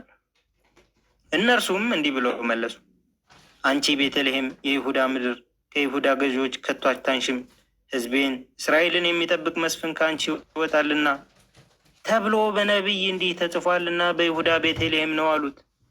የት ነው የሚወለደው ሕፃኑ አሉት። አንቺ ቤተልሔም ተብሎ ተጽፎላታል፣ በነቢይ ትንቢት ተነግሯል። ስለዚህ የት ነው የሚወለደው ልጁ? ቤተልሔም ነው የሚወለደው ብለው ነገሩት። እሱ ያለው የት ነው? ንጉሱ ኢየሩሳሌም። ኢየሱስ የተወለደው የት ነው? ቤተልሔም። ስለዚህ በትንቢቱ መሰረት ነው ኢየሱስ የተወለደው በቤተልሔም። አንድ ትንቢት ፈጸመ ኢየሱስ ማለት ነው። የሉቃስ ወንጌል ላይ ምናምን ያልሰማ ነው እንግዲህ የማቴዎስ ወንጌል ላይ ያው በትንቢቱ መሰረት ነው ቤተልሔም የተወለደው እያለን ነው። እሺ ታሪክ ቁጥር 1 በማቴዎስ ወንጌል መሰረት ኢየሱስ በቤተልሔም ተወለደ። በስደት መጥተው ምናምን የሚባል ነገር የለም። ከናዝሬት ነው የመጡት ምናምን ቅድም ያልነው ለምዝገባ ነው ወደ ቤተልሔም ከናዝሬት የመጡት የተባለው ቁጥር 1 ስደት የለም። እዚህ ማቴዎስ የራሱ ወንጌል ነው። የት ነው የተወለደው ኢየሱስ? ቤተልሔም። ንጉሱ ሄሮድስ የት ነው ያለው? ኢየሩሳሌም። ኢየሩሳሌም ሆኖ ሲጠይቅ የት ነው የሚወለደው ሕፃኑ ሲሉት ቤተልሔም ነው የሚወለድ አሉት። ንጉሱ ያለው እዚህኛው ሀገር ነው፣ ኢየሩሳሌም፣ አዲስ አበባ ወይም ደግሞ መካ ማለት ነው። ሲጠይቅ የት ነው የተወለደው ልጁ? መዲና ነው የተወለደው ወይ ቤተልሔም ራቅ ወዳለች ከተማ ማለት ነው። አሀ ታሪክ 1 ቁጥር በቤተልሔም ተወለደ ኢየሱስ። ይህን ካርታ ኋላ ታዩታላችሁ። ኦኬ ማቴዎስ ቀጥሎ ምን አለ? የማቴዎስ ወንጌል ምዕራፍ 2 እነርሱም ከሄዱ በኋላ እነሆ ሰብአ ሰገል እነዛ ኢየሱስ የት ነው የተወለደው እያሉ ሲፈልጉት የነበሩት ሰዎች መጥተው ሊሰግዱለት መጥተው ነበርና ሰግደውለት ሄዱ። ከሄዱ በኋላ ምን ሆነ? የጌታ መልአክም በሕልም ለዮሴፍ ታይቶ፣ ዮሴፍ ማለት ማርያምን ያው ይዟት የመጣው ሰውዬ የአብሯት ያለው እጮኛዋ ማለት ነው። በሕልም መጣና መልአክ ምን አለው? ሄሮድስ ሕፃኑን ሊገድለው ይፈልገዋልና ተነሳ። ሄሮድስ ማለት ያው እዚህ ኢየሩሳሌም የሚኖረው ንጉስ ማለት ነው። ኢየሱስ ደግሞ እዚህ ቤተልሔም ነው የተወለደ። ስለዚህ አሁን እዚህ ሊገድለው ስለሚፈልግ ልጁን ይዘህ ተነሳ፣ ኢየሱስን ይዘህ ሕፃኑንና እናቱን ይዘህ ወደ ግብፅ ሽሽ አለው። ማርያምና ኢየሱስን ይዘህ ንጉሱ ስለፈለጋቸው ልገላቸው ሽሽ፣ እስክነግርህም ድረስ በዚያ ተቀመጥ አለው። የእግዚአብሔር መልአክ መጥቶ ዮሴፍ ምን አለው? እናትና ልጁን ይዘህ ወደ ግብፅ ሽሽ፣ ንጉሱ ሊገለው ነው ኢየሱስን። ምክንያቱም ንጉስ ይወለዳል ተብሎ ሰምቶ ሊገልብህ ነው። ከዛስ እርሱም ተነስቶ ይላል ማን? ዮሴፍ። እርሱም ተነስቶ ሕፃኑንና እናቱን በሌሊት ያዘና ከጌታ ዘንድ በነቢይ ልጅን ከግብፅ ጠራሁት የተባለው እንዲፈጸም ወደ ግብፅ ሄዱ። አያችሁት? ሕፃኑን ይዘህ ወደ የት ሽሽ ተባለ? በቤተልሔም ተወልዶ ነበር። ቅድም እንዳልኳችሁ እዚህ ካርታው ላይ ተመልከቱ። ሊገለው ስለፈለገ እዚህ ይኖር የነበረው ንጉስ ወደ የት ሽሽ ተባለ? ወደ ግብፅ። ማርያምንና ኢየሱስን ይዘህ ሽሽ ወደ ግብፅ ሲባል በትንቢት ልጅን ከግብፅ ጠራሁት የተባለ ትንቢት ስላለ ወደ ግብፅ ውሰደው፣ ከዚያ ደግሞ ስለምጠራው ያኔ ትንቢቱ እንዲፈጸም ማለት ነው። ያ ትንቢት እንዲፈጸምለት ኢየሱስን ይዘኸው ሂድ፣ እናቱንም ይዘህ ሂድ ተባለ ማለት ነው። ኦኬ ይዟቸው ሄደ ወደ ግብፅ። ወደ ግብፅ ሄደ። ማርያምና ኢየሱስን ይዞ ዮሴፍ ከቤተልሔም ከተማ ተነስቶ ወደ ግብፅ ሄደ ማለት ነው። እሺ ወደ ግብፅ ሲሄድ ከዚህ በኋላ ሄሮድስ እነዚህ ሰብአ ሰገሎች እንደተሳለቁበት ባየ ጊዜ እጅግ ተቆጣና እዛ ለኢየሱስ እንስገድለት ብለው የመጡት ሰዎች ለኢየሱስ ሰግደውለት ተደብቀው ሂደዋል። ሄሮድስ ንገሩኝ ብሏቸው ነበር። ታውቃላችሁ፣ ኢየሱስን ሊገለው ስለፈለገ ካገኛችሁት እንድትነግሩኝ ብሏቸው ነበር። ኢየሱስን ካገኙት በኋላ እነሱ ለአንተማ እነግርህም ብለው ጠፉት። አሾፋችሁብኝ አይደል ብሎ ምን አለ? ተቆጣና ምን አለ? ከሰብአ ሰገል እንደተረዳው ዘመን በቤተልሔም ይወለዳል እንደተባለው በቤተልሔም እና በአውራጃዋ የነበሩትን 2 ዓመት የሆናቸውን ከዚያም የሚያንሱትን ሕፃናት ሁሉ አስገደለ። አያችሁት? ኢየሩሳሌም ነው ሰውየው የሚኖረው። ቤተልሔም ንጉሱ ተወልዷል፣ ኢየሱስ ተወልዷል ተብሏል። ስለዚህ ቦታውን ሊነግሩት ስላልቻሉ ተደብቀው ስለሄዱ ሰዎች ቤተልሔም እንዳጠቃላይ ሕፃናቱን ሁሉ 2 ዓመትና ከዚያ በታች የሆኑትን ሕፃናት ሁሉ አስገደለ። ኢየሱስንም አብሬ በቃ ላገኘው እችላለሁ ብሎ በግምት ማለት ነው። በቃ ሁሉን ሕፃናት ገደሉ፣ አብሮ ይገደላል ኢየሱስን በሚል ተልካሻ ምክንያት ማለት ነው። እንደዚህ አድርጎ ሕፃናትን ሲያስገድል ያን ጊዜ ይላል በነቢዩ ኤርሚያስ። አያችሁት? አሁንም የዚህ ሕፃናትን ሲያስገድል ደግሞ ትንቢት ተነግሯል እኮ ካለፉት መጽሐፍ። ድምፅ በራማ ተሰማ፣ ለቅሶና ብዙ ዋይታ፣ ራሔል ስለ ልጆቿ አለቀሰች፣ መጽናናትም አልወደደችም። በትንቢተ ኤርሚያስ እንደዚህ ብሎ የተባለው ምን ሆነ? ተፈጸመ። አያችሁት? ኢየሱስ ወደ ግብፅ ሲሄድ ሕፃናቱን ሁሉ አስገደለ። ይሄ ሰውዬ አላወቀም። ኢየሱስንም አብሬ ያገኘዋለሁ ብሎ ነበር። ነገር ግን ሕፃናትን ካስገደለ በኋላ በቃ ያው ጫጫታው፣ ለቅሶ፣ ምኑ በነቢዩ ኤርሚያስ ትንቢት ተነግሮ ስለነበር ተፈጸመ እያለን ነው። የማቴዎስ ወንጌል ታሪክ ናምበር ዋናችን ምን ነበረ? በቤተልሔም ኢየሱስ ተወለደ ብለን ነበረ። አሁን ደግሞ ታሪክ ናምበር 2 ምንድን ነው? ቁጥር 2 ታሪካችን ሄሮድስ ኢየሱስን መግደል ስለፈለገ ቤተሰቦቹ ቤተልሔምን ትተው ወደ ግብፅ ተሰደዱ። ቤተልሔም ተወለደ። ቁጥር 1 ታሪካችን ምን ሆነ? ወደ ግብፅ ሸሹ። ሕፃኑን ሊገለው ስለፈለገ ኢየሱስን ማለት ነው። ይሄ ንጉሱ አሁን ወደ ግብፅ ሲሰደድ ልጄን ከግብፅ ጠራሁት የሚለው ትንቢት እንዲፈጸም ነው በማለት አንድ ትንቢት ተፈጸመ ማለት ነው። ወደዚህ ሲሸሽ ሕፃናት ሲገደሉ ደግሞ ሌላ አንድ ትንቢት ተፈጸመ ማለት ነው። መጀመሪያ ሲወለድ ደግሞ አንድ ትንቢት በቤተልሔም ይወለዳል የሚባለው 3 ትንቢት ተፈጸመ በማቴዎስ ወንጌል። ካርታውን አስታውሱ። ኦኬ፣ ወደ ግብፅ ሸሽተዋል። አሁን ሕፃናቶችም ተገድለው ተጨፍጭፈዋል። የማቴዎስ ወንጌል ምዕራፍ 2 ቁጥር 19 ሄሮድስም ከሞተ በኋላ ያው እንግዲህ ወደ ግብፅ ሸሹ። እነ ኢየሱስ እዚህ ናቸው። ማርያም፣ ኢየሱስ፣ ዮሴፍ ግብፅ ናቸው። እዛው ቆዩ ንጉሱ እስኪሞት ብሏቸው ነበር መልአኩ፣ የእግዚአብሔር መልአክ ማለት ነው። እና አሁን ሞተ ሰውየው። ሄሮድስም ከሞተ በኋላ እነሆ የጌታ መልአክ በግብፅ ሀገር ለዮሴፍ በሕልም ታይቶ ምን አለው? የሕፃኑን ነፍስ የፈለጉት ሙተዋልና፣ ያ ንጉሱ የሚፈልገው ሙቷልና፣ ተነሳ፣ ሕፃኑንና እናቱንም ይዘህ ወደ ኢየሩሳሌም ወደ እስራኤል ሀገር ሂድ አለው። እስራኤል ግብፅ ነበሩ። እዚህ የነበረው ክፉ ሄሮድስ የሚባለው ስለሞተ ሕፃኑንና እናቱን ይዘህ ወደ እስራኤል ተመለስ፣ ወደ እስራኤል። እርሱም ተነስቶ ሕፃኑንና እናቱን ያዘና ወደ እስራኤል ሀገር ገባ። ወደ እስራኤል ተመለሱ። ማርያም፣ ኢየሱስ፣ ዮሴፍ ማለት ነው ከግብፅ። ነገር ግን እስራኤል ሲገቡ ምን ሆነ? በአባቱም በሄሮድስ ፈንታ አርኬላዎስ በይሁዳ እንደነገሰ በሰማ ጊዜ ወደዚያ መሄድን ፈራ ይላል። እስራኤል መጡ።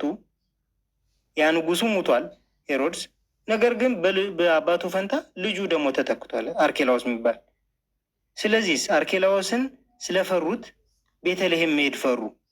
ቤተልሔም ማለት የተወለደበት ማለት ነው። ኢየሱስ ተወልዶ ወደዚህ ስደት መጥተው ነበር።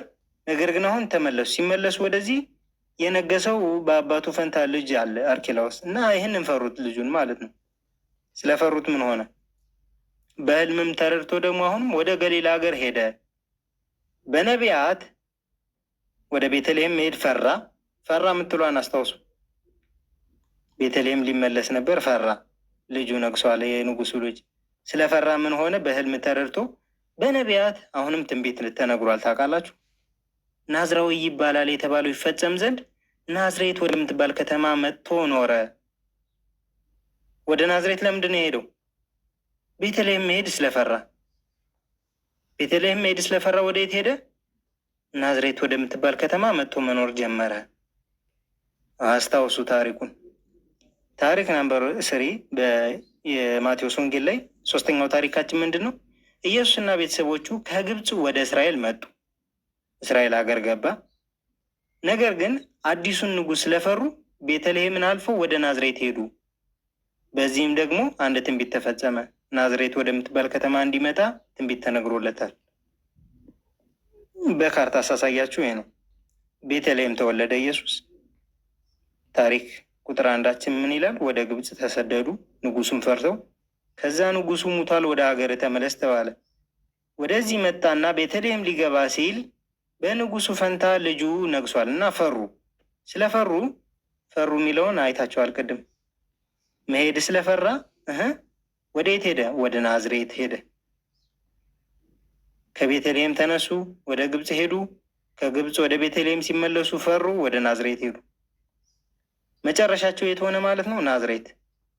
ሲጀምሩ የት ነበር ቤታቸው? ቤተልሔም። ቤተልሔም ሊመለሱ ሲሉ ፈሩ። ስለፈሩ ወዴት ሄዱ? ወደ ናዝሬት። ሀገራቸው አይደለም እኮ እዚህ መግባት ስለፈሩ ነው እንጂ ናዝሬት ሀገራቸው አይደለም እያለን ነው ማቴዎስ። የቀደሙን ታሪክና አሁኑን እንግዲህ የሁለቱ ዘገባዎች የጉዞ ካርታ ላሳያችሁ። ካርታውን ረስታችሁት ሊሆን ይችላል።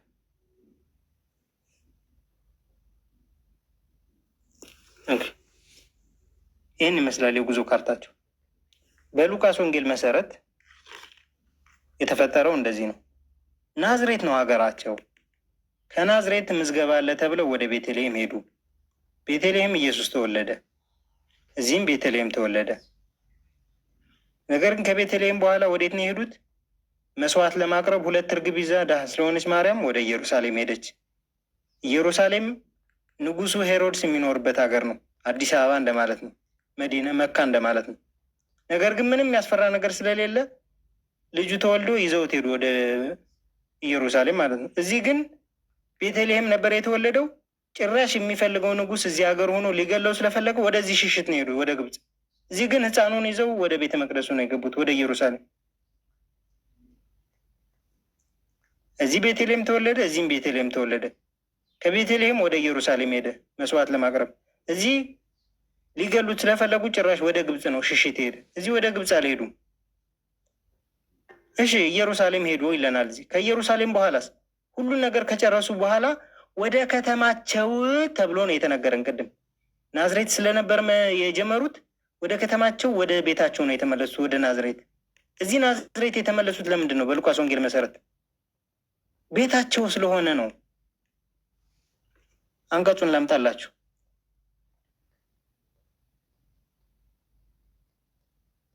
ምንድን ነው የሚለው እዚህ ግን? ሁሉን ከፈጸሙ በኋላ ወደ ከተማቸው ወደ ናዝሬት ተመለሱ። ቤታቸው ናዝሬት ነው ወገን።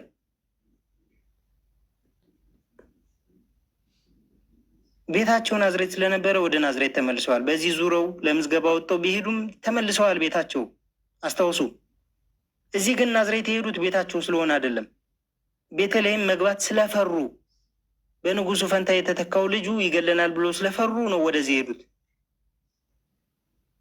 ሁላችሁም እንደምታውቁት የናዝሬቱ ኢየሱስ ይባላል። ክርስቲያኖች በየመንገዱ የናዝሬቱ ኢየሱስ ለእናንተ ተሰቅሏል ይሉናል። የናዝሬቱ ኢየሱስ የተባለው ለምንድን ነው? ናዝሬት ነው አገሩ። የናዝሬት ሰው ስለሆነ ነው። የሉቃስ ወንጌል እንደሚለን ናዝሬት ነው አገሩ። ዙሮ መጥቶ ናዝሬት ነው ያደገው የኖረው።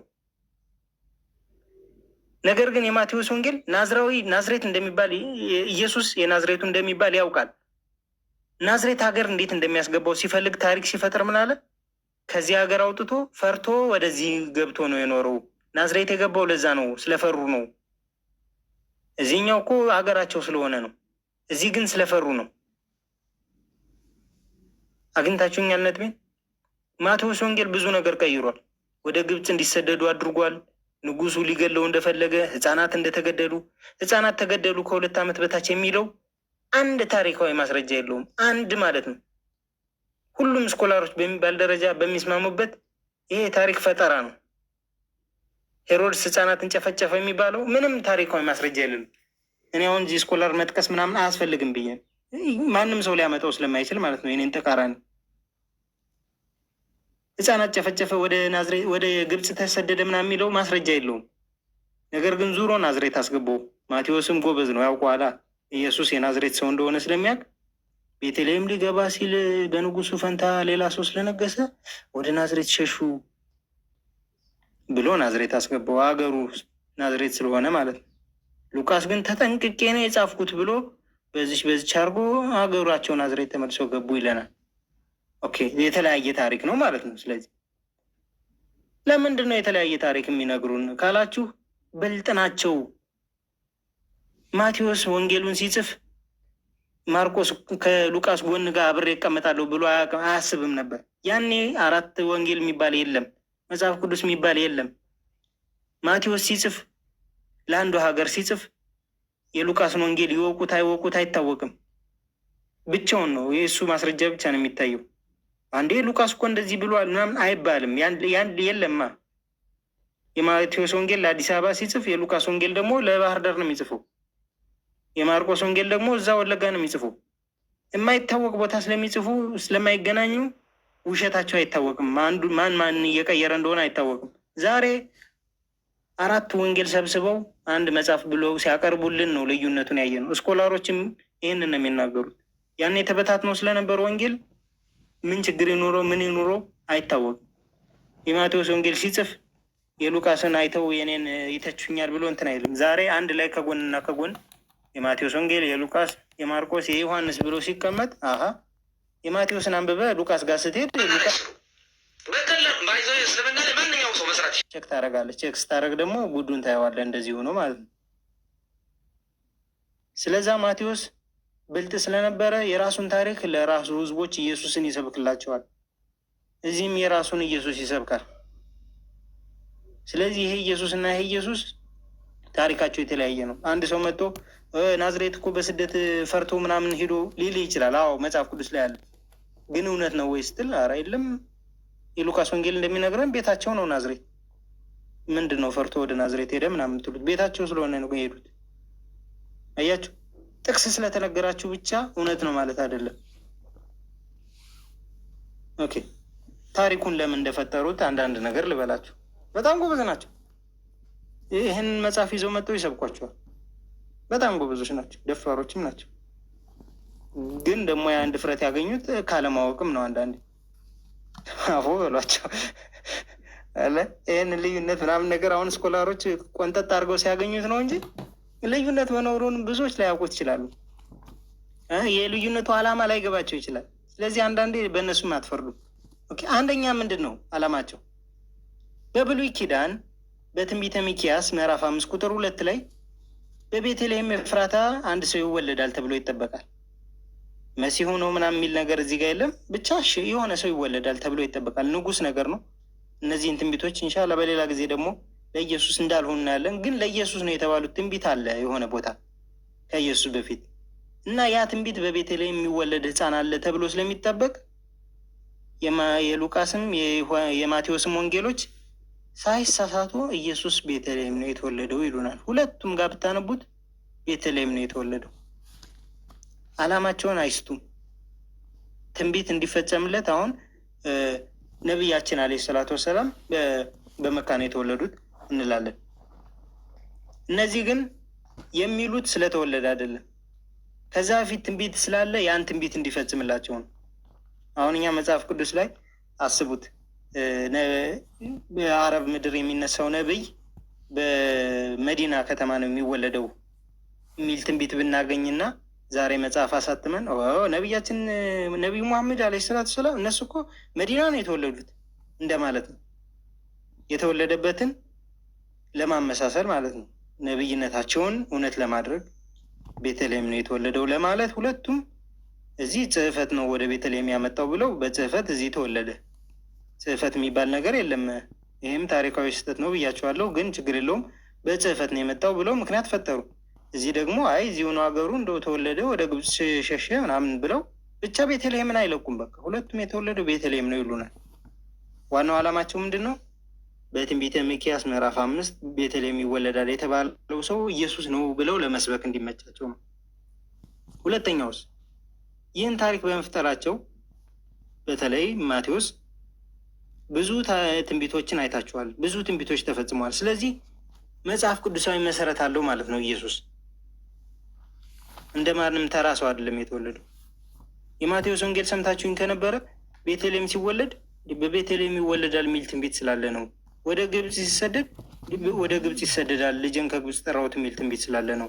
ወደዚህ ሲመለስም እንደዚሁ ሌላ ትንቢት ናዝራዊ ይባል ዘንድ ወደ ናዝሬት ሄደ ትንቢት አለ። ገብቷቸዋል። እና ኢየሱስ ሁሉ ትንቢት ስለተነገረለት በቃ እውነተኛ ነው። በትንቢት የተነገረለት እንዴ በየእርምጃው እኮ ትንቢቱን እየፈጸመ ነው። እውነተኛ ነው ተቀበሉት ብሎ ለአይሁዶች ለመስበክ እንዲመቻቸው ነው። ያገኙትን ትንቢት እያደረጉ ለኢየሱስ እንትን የሚሉት ታሪኩን የፈጠሩት ማለት ነው። ሌላኛው የማቴዎስ ወንጌል ይህንን ታሪክ በመፍጠሩ እንደነገርኳችሁ 5 ትንቢት በመወለዱ ብቻ ኢየሱስ ፈጽሟል። ያው ሲወለድ ስሙን አማኑኤል ይሉታል የሚለው ትንቢተ ኢሳያስ ምዕራፍ 7 ላይ ያለው ተፈጽሟል ይለናል። ማቴዎስ 1 ማቴዎስ 2 ምን ይለናል? በቤተልሔም ይወለዳል የሚለው ተፈጽሟል በኢየሱስ ይለናል። አሁንም ማቴዎስ 2 ምን የሚለው በነቢዩ ኤርሚያስ እንዲህ የተባለው ይፈጸም ዘንድ ይለናል። ትንቢተ ኤርሚያስ 31 ላይ ያለው ትንቢት ናቸው አይደሉም የሚለው ሌላ ጊዜ ናለ። አሁንም ሌላ ማቴዎስ ወንጌል ላይ አይ በነቢይ ልጅን ከግብፅ ጠራሁት የተባለው እንዲፈጸም ትንቢት ተነግሯል አሁንም ብሎ ሌላ ትንቢት ተፈጽሟል በኢየሱስ። አሁንም ሌላ ወንጌል ናዝራዊ ይባላል የሚለው ሌላ ትንቢት 5 ትንቢቶች በመወለዱ ብቻ ፈጽሟል። እሺ 5 ትንቢት ከፈጸመ ኢየሱስን ለምንድን ነው የማትቀበሉት እየተባላችሁ ነው ሙስሊሞች። አሁን እኛም መጥተው ስለ ነብያችሁ የተናገረ ነብይ አለ ከቁርአን በፊት ይሏቸዋል አይደል? ያው ሁሌም ትሰማላችሁ። እነሱ እኮ ይኸው ታሪክ የፈጠሩ ትንቢት ተፈጽሞለታል እያሉለት ነው እንጂ ታሪኩ እኮ ሉቃስ ወንጌል ላይ ስናየው ምንም ትንቢት አልፈጸመም። ራሳቸው እየፈጠሩ ኢየሱስ ትንቢት ፈጽሟል ስለሚሉ ነው። ኦኬ ይሄ ሁሉ ፈጠራ ደግሞ ለምንድን ነው? አሁን የሉቃስ ወንጌል ላይ ስናየው አገር ሰላም ነው። ለምዝገባ ቤተልሔም መጣ። ተመዝግቦ ሂዶ ኢየሩሳሌም 2 እርግብ መስዋዕት አቀረቡ። ከዛ ደግሞ ወደ ቤታቸው ተመለሱ በሰላም። ማቴዎስ ወንጌል ላይ ስንሄድ ደግሞ ሄሮድስ የሚባል ንጉሥ አለ። እንደው እንደተወለደ ካሳደደው ሊገለው ወደ ግብፅ ሄደ። ከግብፅ ደግሞ ሲመለስ ልጁ ነግሷል። አረ እንደገና ደግሞ ወደ ናዝሬት ሩጫ። የማቴዎስ ወንጌል እንደው ወከባ የበዛበት ወንጌል። ምንድን ነው ችግሩ ማቴዎስ የምትሉ ከሆነ አይ ማቴዎስ እኔ ዓላማ አለኝ ይላችኋል። ዓላማው ምንድን ነው? ኦሪት ዘዳግም ምዕራፍ 18 ቁጥር 18 ላይ እንዲህ የሚል ትንቢት አለ። ከወንድሞቻቸው መካከል እንዳንተ ያለ ነቢይ ያስነሳላቸዋለሁ፣ ቃሌንም በአፉ አደርጋለሁ፣ ያዘዝኩትንም ቃል ሁሉ ይነግራቸዋል። ሙሴን የሚመስል ነቢይ እንደሚነሳ ትንቢት ተነግሯል። እኛ ሙሴን የሚመስሉት ነቢያችን ሙሐመድ ዓለይሂ ሰላቱ ወሰላም ናቸው ብለን እናምናለን። ማቴዎስ ደግሞ ኧረ እሳቸው ናቸው ኢየሱስ ናቸው እንጂ እና ኢየሱስን ከሙሴ ጋር ለማመሳሰል ይህ ትንቢት በኢየሱስ ነው የተፈጸመው ለማለት ታሪኩን ፍጥር አድርጎ እናገኘዋለን። የተፈጠሩትን ታሪኮች ላሳያችሁ። ኢየሱስ እንደተወለደ ከኢየሱስ በፊት የታሪኮችን እያነበብኩ እንትን ልበላችሁ። ኦሪት ዘጸአት ማለት ያው እንግዲህ ብዙዎቻችሁ የመጽሐፍ ቅዱስ ቃላት እነዚህ ኦሪት ዘጸአት ኦሪት ምናምን የምንላቸው ነገሮች ላይገባችሁ ይችላሉ። ስለዚህ ሀ ብላችሁ ትሰማላችሁ ማለት ነው። ሀ ብላችሁ ስትሰሙ ሁ ብዬ ኦሪት ዘጸአት ማለት ከኢየሱስ በፊት ሙሴ ጽፎታል ተብሎ የሚታመን መጽሐፍ ነው። ያ መጽሐፍ ምን ይላል? ስለ ሙሴ ሲናገር ሙሴ የሆነ ሰው ጋር ተጣላና ሰው ገደለ። ከዛ ፈርዖን ያን ሲሰማ ፈርዖንም ይህን ነገር በሰማ ጊዜ ሙሴን ሊገድለው ፈለገ። ማን? ንጉሱ ፈርዖን። ሙሴ ግን ከፈርዖን ፊት ኮበለለ፣ ሸሽቶ የት ሄደ? በምድያምም ምድር ተቀመጠ፣ በውሃም ጉድጓድ አጠገብ አረፈ። ፈርዖን ንጉሱ ሙሴን ሊገድለው ስለፈለገ ሙሴ ሸሸ። ከንጉሱ ግድያ ሽሽት ሙሴን ለማስመሰል ማቴዎስ ወንጌል ቅድም ምን ብሎናል? ሄሮድስ ሕፃኑን ሊገድለው ይፈልገዋልና ተነስ፣ ሕፃኑን እና እናቱን ይዘህ ወደ ግብፅ ሽሽ ተብሎ ለዮሴፍ ተነገረው። ከዛ ማርያምና ኢየሱስን ይዞ ወዴት ሂዶ ነበር? ወደ ግብፅ ሸሽቶ ነበር። ለምንድን ነው ወደ ግብፅ የሸሸው? ቅድም ስነግራችሁ ንጉሱ ሊገድለው ፈልጎ ነበር ኢየሱስን። እዚህ ፈርዖን ንጉሱ ሙሴን ሊገድለው ሲፈልገው ሙሴ ሸሽቶ አልነበረ? ኢየሱስም ሸሸ። አያችሁ፣ ሲሸሹ ሁለቱም ሊገደሉ በንጉስ ሲመሳሰሉ። ብዙ መጽሐፍት አሉ፣ አንበባችሁ ላታውቁ ትችላላችሁ። እንደው በቅርቡ እንኳ የታተመ አላህ ወይስ እግዚአብሔር እውነተኛ አምላክ የሚል መጽሐፍ አለ። ኢየሱስና ሙሴ ምናምን ነገር ለማመሳሰል እነዚህን እንደ ምክንያት ያቀርቧቸዋል። አያችሁ፣ ፈርዖን እኮ ከንጉሱ ሽሽት ከግድያ ሽሽት ሸሽቷል። ኢየሱስም ከንጉሱ ግድያ ለመሸሽ ወደ ግብፅ ሸሽቷል። ተመሳሰሉባቸው አይደል? ኢየሱስና ሙሴ ይመሳሰላሉ። ስለዚህ ዘዳግም ላይ ሙሴን የሚመስለው ነቢይ ማን ነው? ኢየሱስ ነው በሉ እየተባላችሁ ነው። ሌላ ደግሞ የህፃናት ጭፍጨፋና የተፈላጊው ህፃን ማምለጥ። ኦሪት ዘጸአት ላይ ምን አይነት ታሪክ አለ መሰላችሁ? ፈርዖን አዋላጆችን ይሄድና ምን ይላቸዋል? እንግዲህ ሁላችሁም በእስልምናም በክርስትናም ሁላችንም እንደምናውቀው ያዕቆብ አለይሂ ሰላም ወይም ደግሞ እስራኤል ያዕቆብ ያው በስደት ወደ ግብፅ ሄዶ ነበር። በግብፅ ሲኖር ያው በባርነት ኖረዋል። ሁላችንም የምናውቀው ነው። እና በባርነት እያሉ ንጉሱ ፈርዖን ለአዋላጆች መጥቶ ምን ይላቸዋል? እናንተ የዕብራውያን ሴቶችን ስታዋልዱ አለ። ዕብራውያን ማለት እነዚህ አይሁዶችን ስታዋልዱ አለ አዋላጆችን። ፈርዖን ምን አላቸው? ለመውለድ እንደደረሱ ባያችሁ ጊዜ ወንድ ቢሆን ግደሉት፣ ሴት ብትሆን ግን በሕይወት ትኖር። ወንድ ካረገዘች አይሁድ ግደሉት ሕፃኑን ብሎ ንጉሱ አዛቸዋል። ይህንን ታሪክ ሲያብራራ ታርገም ጆናታን ላይ ፈርዖን ለምንድን ነው ይህን ትእዛዝ ያዘዘው የሚለውን ሲያብራሩ ጃኒስ እና ጃምበርስ የሚባሉ ቺፍ ኦፍ ማጂሽያንስ ማጂሽያን ማለት ያው ብዙዎቻችሁ በእንግሊዝኛው ታውቁታላችሁ፣ ወይ ድግምተኛ ወይ ማጂክ ሰሪ ወይ ጠቢብ ምናምን እንደዚህ። እነዛ ጃኒስ እና ጃምበርስ የሚባሉት ለፈርዖን ነግረውት ነበር። ምንድን ነው የነገሩት? ህልም አይቶ እሱ ህልም ነግሮት ነበር። ህልም ነግሯቸው ነበር ለእነዚህ ለማጂሽያኖች ማለት ነው። ማጂ ብላችሁ ያዟቸው፣ አስታውሱ። ማጂ ይባላሉ። አቆላምጧቸው ስለምፈልገው ነው ማጂ የሚባለውን ቃል። ማጂዎች ፈርዖን ህልም አይቶ ነበረ። ህልሙ ምንድን ነው? ሁለት ሚዛን፣ በሚዛን ላይ የሆነ ሁለት ነገር አየ። በአንዱ ሚዛን ላይ ግብፅን አያት፣ በአንዱ ሚዛን ላይ ደግሞ አንድ የደከመ በግ አየ።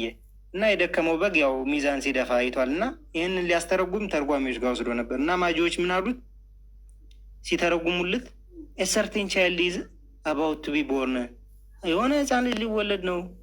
ፈርዖን ሆይ ኢን ደ ኮንግሪጌሽን ኦፍ እስራኤል፣ እንደው በእስራኤል መካከል አንድ ልጅ ሊወለድ ነው። ማጂዎች ናቸው የሚነግሩት እንደዚህ ብለው። ማጂ ብሎ ኮሜንት ጽፏል። ብዙዎቻችሁ እንድታስታውሱት ማጂ ብላችሁ ጻፉ፣ ኋላ ስለምፈልገው ነው። ለፈርዖን ምን አሉት እነዚህ ማጂዎች? የሆነ ህፃን ልጅ ሊወለድ ነው ያየው ህልም እና ይህ ህፃን ምንድን ነው አሉት? ባይ ሁዝ ሃንድ ዊል ቢ ዘ ዲስትራክሽን ኦፍ ኦል ዘ ላንድ ኦፍ ሚዝራይም፣ የግብፅ ሀገር ሁሉ በዚህ ልጅ ምክንያት እንደው በቃ ያው የአንተ ንጉስና ጥያቄ ምልክቶች ሊገባ ነው። አንድ እስራኤላዊ የሆነ ህፃን ሊወለድ ነው፣ የአንተ ንግስና ሊያበቃለት ነው፣ በእጁ ነው በቃ ሁሉ ነገር ብለው አስፈራሩት። ሲያስፈራሩት ምን አለ ፈርዖን? ሂዶ ለአዋላጆች ምን አላቸው? ዌን ዩ አቴንድ ጁዳይት ውመን፣ አይሁዳዊ ሴት ስታገኙ አላቸው አዋላጆችን። አሁን ህፃን ልጅ ሊወለድ ነው ተብሎ ማጂዎች ነግረውት የለ ይህን ንጉስ ፈርቶ ሄዶ እንደው ህፃን ልጅ ሊወለድ ነው እና እንደው ህፃን ልጅ አርግዛ ካያችሁ ይሁዳዊ ሲ ዘምቤር፣ እንደው ካያችኋት ምን ኢፍ ኢት ቢ ኤ ሜል ቻይልድ፣ ወንድ ልጅ ከሆነ ዩሻል ኪልም፣ እንደው ግደሉትማ፣ አትድከሙ። እንደው የንግስና ጥያቄ ምልክት ውስጥ ገብቶ እንደው አይሁዳዊ አርግዛ ወንድ ልጅ ከሆነ እንደው ግደሉት። ማጂዎቹ ነግረውኛል፣ የኔ ንግስናማ ጥያቄ ውስጥ አይገባም። ስለዚህ ህፃን ሲወለድ ምን አድርጎ አለ?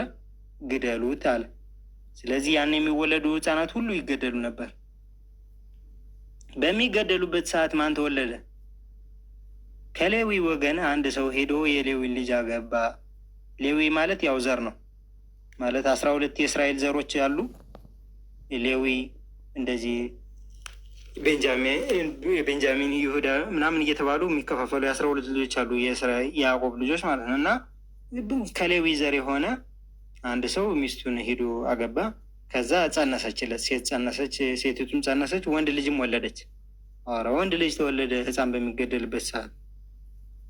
መልካምም እንደሆነ ባየች ጊዜ 3 ወር ሸሸገችው። እየተገደለ ነው ህፃናት። አይሁዳዊው ምን ህፃን ስታረግዝ ይገደልባታል። እቺ ደግሞ ሸሽጋ አሳደገችው፣ 3 ወር ሸሸገችው። እየገባችሁ ነው አይደል? ማን ነው የተወለደው ይሄ ልጅ? ሙሴ ነው። ሙሴ ሲወለድ ህፃናት ይገደሉ፣ ይጨፈጨፉ ነበር። እሱም ተደብቆ አደገ።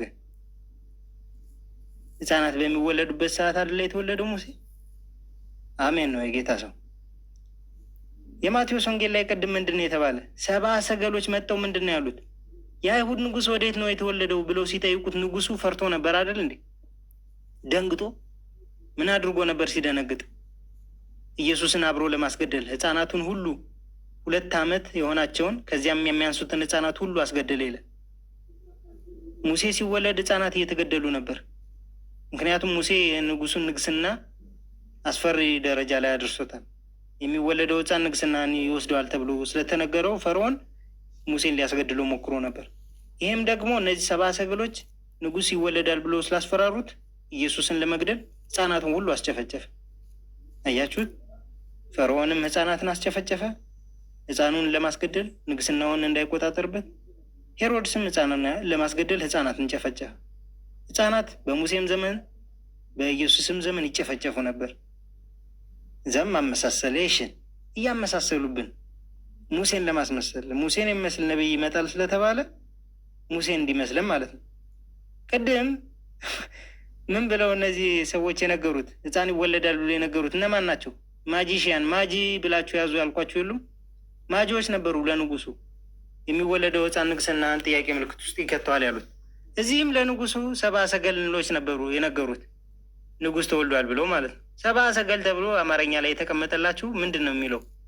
70 ሰገል አሁን የ2001 ትርጉም ብትመለከቱ ጠቢባን ነው የሚለው፣ 70 ሰገል አይደለም። እንደገና አዲሱ መደበኛ ትርጉም 1997 ስትመለከቱ ደግሞ የኮከብ ተመራማሪዎች ይላል።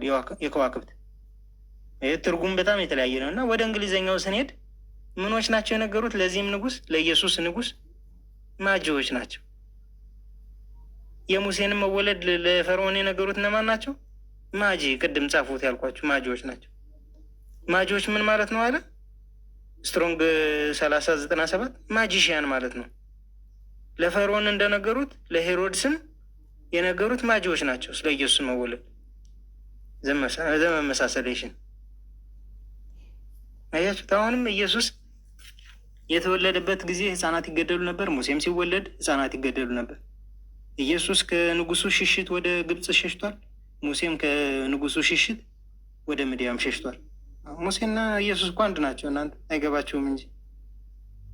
ከስደት የመመለስ ትእዛዝ ደግሞ ተመልከቱ። ቅድም ሙሴ ተሰዶ ነበር ብያቸዋለሁ። ንጉሱ ሊገለው ፈልጎት ማለት ነው። ፈርዖን ሊገለው ስለፈለገ ወደ ምድያም ተሰዶ ነበር። ኦሪት ዘጸአት ምዕራፍ 4 ላይ እግዚአብሔርም ሙሴን በምድያም ምን ብሎ ነገረው? ነፍስህን የሚሿት ሰዎች ሁሉ ሙተዋልና፣ አየው ሊገል የነበረው ፈርዖን ሙቷል፣ ተመልሰ ወደ ግብፅ ሂድ አለው።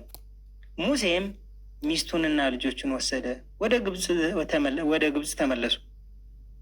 እነማን ናቸው ሙተዋል የተባሉት? ነፍስህን የሚሿት የሚፈልጉት ሰዎች ሁሉ ሙተዋልና ሚስትህንና ልጅህን ይዘ ወደ ግብፅ ተመለስ ተባለ። ማን? ሙሴ በሽሽት የነበረው። የማቴዎስ ወንጌል ደግሞ እንምጣ። ረድ ተመልከትልኝ። ሄሮድስም ከሞተ በኋላ ቅድም ፈርዖን ስለሞተ ሙሴ ወደ ሀገር ተመለስ ተብሏል። ሄሮድስ ከሞተ በኋላ እነሆ የጌታ መላእክት በግብፅ ለዮሴፍ በሕልም ታይቶ ምን አለው? ዮሴፍን የህፃኑን ነፍስ የፈለጉት ሙሴ ነፍስህን የፈለጉት ሰዎች ሙተዋል እንደተባለው የህፃኑን ነፍስ የፈለጉት ሙተዋልና ተነሳ፣ ህፃኑንና እናቱን ይዘህ ወደ እስራኤል ሀገር ሂድ ተባለ። አረ ሙሴ እንደተመለሰው ሙሴ ሚስቱንና ልጆቹን ይዞ አልተመለሰም? ዮሴፍም ሚስቱን እጮኛውንና ህፃኑን ይዞ ተመለሰ። አንድ ሙሴና ኢየሱስ አንድ አይነት። ኢየሱስ በስደት ነበረ፣ ነፍስን የሚፈልጉት ሙተዋልና ወደ ሀገር ተመለስ ተባለ። ሙሴም በስደት ነበረ፣ የሚፈልጉት ሙተዋልና ወደ ሀገር ተመለስ ተባለ። አንድ ናቸው። በቃ ዘመን መሳሰሌሽን ከምንም አትለያቸውም። ለምን? ዘዳግም ላይ ሙሴን የሚመስል ነብይ ይመጣል ተብሏላ። አገኛችሁ? ሙሴን ለማመሳሰል ማለት ነው። እና መጽሐፍ ቅዱስ ላይ የምታነቡት ነገር ሁሉ አለ፣ የምታነቡት ነገር ሁሉ አለ የምታነቡት ነገር ግን ያነበባችሁት ነገር ሁሉ እውነት ነው ወይ የሚለውን ስታጣሩ ከታሪክም ከአቅልም ውጭ ሆነ ታገኙታላችሁ። ይህ ሁሉ ታሪክ እንግዲህ የተፈጠረው በማቴዎስ ወንጌል ሙሴ ጋር ለማመሳሰል ነው። ካርታውን ቅድም እንዳየ ነው። ካርታውን ላሳያችሁ አንዴ። ካርታውን እንዳየ ነው ወደ ግብፅ ሽሽት የለም። በሉቃስ ወንጌል መሰረት ንጉሱ ሄሮድስ ይፈልገዋል፣ ይገለዋል ምናምን የሚባል ነገር የለም። ጭራሽ ከተወለደ በኋላ ወደ ንጉሱ ሀገር ነው የሄዱት፣ ወደ ኢየሩሳሌም መስዋዕት ለማቅረብ። እዚህ ግን ወደ ንጉሱ ሀገር ሳይሆን የሄዱት ወደ ግብፅ ሽሽት ነው። ወደ ግብፅ ሲሄድ ደግሞ ሲሸሽ ሙሴን መሰለ፣ ሙሴ እንደሸሸው ማለት ነው። ከግብፅ ሲመለስ ደግሞ እንደ ሙሴ አሁንም ወደ ሀገሩ ተመለሰ ማለት ነው። ከዚህ ሀገር ሲሸሽ ህፃናት ተገድለው ነበር። ሙሴ እንደተገደለው እዚህም ህፃናት ይገደሉ ነበር ማለት ነው። በሙሴ ሰዓት አንድ አይነት ናቸው ለማለት የማቴዎስ ወንጌል ይህን ሁሉ ታሪክ ፈጠረ። ወደ ግብፅ ሄዱ ምናምን። የዚህ ጋር እኮ ወደ ግብፅ አልሄዱም። የሉቃስ ወንጌል ላይ እንደው በተቻለኛ አቅም እንግዲህ እንዲች ፈትፈት ለማድረግ ሞክሬያለሁ። ይገባችኋል ብዬ ተስፋ አደርጋለሁ።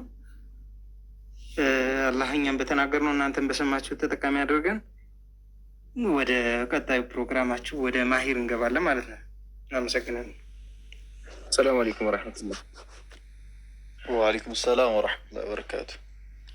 እንዴት ናቸው አባይ? ማሂር ወንድሜ ከመቀጠል በፊት አንድ መልዕክት አጠር ያለች መልዕክት ነው። ሀባይቢ መጀመሪያ ማሩ የተነገረው አንዲት ሀሳብ ብቻ ያስቀምጥላችሁ።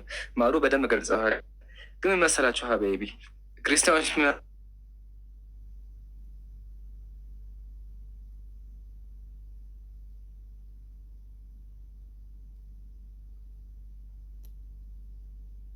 ወደቀ ኢየሱስ፣ ከዛ ተረፈ ተቆረጠ ነበር።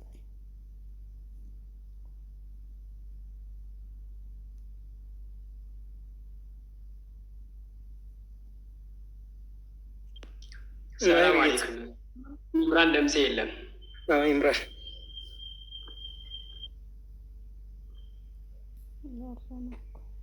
አሁን አለው። ኢምሮ ደምሴ የለም።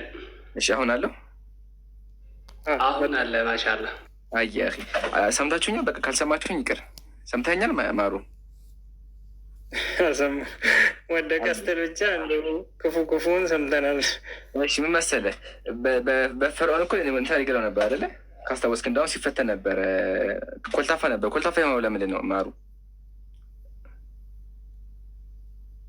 በልጅነቱ ሙሴ ፈርዖን ፈትኖት ነው አይደለ? ይሄ ታሪክ በክርስትና ማለ ያልኩ ነው። በክርስትና የምትመጣ የቤት ሰራተኛ ነበረች። የቤት ሰራተኛ ማደረገችው ኢየሱስን ፈጠፈጠችው አውቃ ማለት ነው። አየህ አይደለ? እቺ ራሱ ዲቴል ራሱ አልቀረችም ያልኩ ነው። ለማመሳሰል ፈጠራ እና በጣም ያስቃሉ። ከሱ ውጭ ደግሞ የሚገርመው ፓርቲ መሰላቸው ሀባ የጣዖት አምላኪያን ጥቅስ ራሱ ስለ ጣዖት አምላኪያን የሚያወራውን ጥቅስ ምን አደረጉ? ለኢየሱስ ያደርጋሉ እና ያስቃል። ያው በሰራተኛ የሚገደል አምላክ የለም። እሺ ጀዛኩሙላ። ቀጥሎ ወንድሞች፣ በጣም ገራሚ ፕሮግራም ነው። ሁላችሁም ታብታብ እያደርጋችሁ አዳምጡ። ማሩ ሀሳብ እኔም ያስቀሯቸው ታሪኮች አሉ ማለት ከመጽሐፍ ቅዱሱ በጣም እንደዚህ በጣም የተኮረጁ ማለት ነው። ሙሴና ኢየሱስን ለማመሳስ በጣም የተኮረጁ ነገሮች አሉ። ለማርያም መጥቶ መልአኩ ሲነግራት እነዚህ ወንድ ልጅ ትወልጃለሽ፣ ህዝቡንም ከኃጢአታቸው ያድናቸዋል ምናምን የሚለው ለሙሴም ተነግሯል። ነገር ግን ያው ፕሮግራሙን ለማሳጠር ያክል ነው። በጣም ብዙ ማለት ነው። በቃ ቃል በቃል ነው። በቃል በቃል ኢየሱስ ህዝቡን ከኃጢአት ያድናል የሚለው ለሙሴም ተነግሮለታል። ህዝቡን ከኃጢአት ያድናል እየተባለ ማለት ነው። ግን ያው ለማሳጠር ያለው አጂብ ነው። አያቸው በጣም የሚገርመው እኔ የሚገርመኝ የሆሴ ብቻ ነው። ሆሴ ላይ ስለ እስራኤላውያን የሚያወራውን ለኢየሱስ አደረጉ። ልጄን ከግብፅ ጠራት የሚለው አጠቅሳል አይደለ? ልጄን ከግብፅ ጠራት የሚለው ያው አክቹዋሊ ስለ ጣዖት አምላኪያን ነው የሚያወራው። እግዚአብሔር ጠራቸው ከግብፅ ማለት ነው። ከዛ እነሱ ያደረጉ ጣዖት አመለኩ። ግን የማቴዎስ ጸሐፊ ያደረገ ወሰና ጥቅስ ለኢየሱስ ሰዋል። ግን ይገርማቸዋል። ቀጥሎ ምንድን ነው የሚለው መሰላቸው? አብዝቼ ቢጠራቸውም አለ ለጣዖት ይሰዉ ነበር አለ። አያቸዋል። ግን ማቴዎስ ቆርጦ ለኢየሱስ ሰዋል ሆነ። በጣም ያስቃሉ።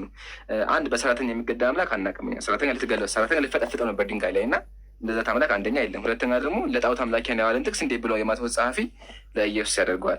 እቺን ለመናገር ነው። ቀጥሎ ወንድሞች፣ በጣም ገራሚ ፕሮግራም፣ ሁላችሁም ታብታብ እያደረጋችሁ አዳምጧቸው።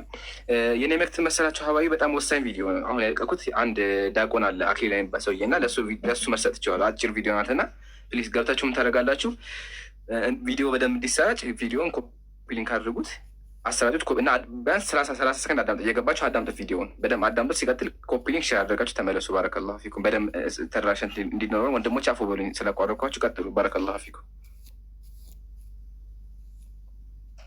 መርሀባ ሁላችሁም ጀዛኩም እንዳያራግፈ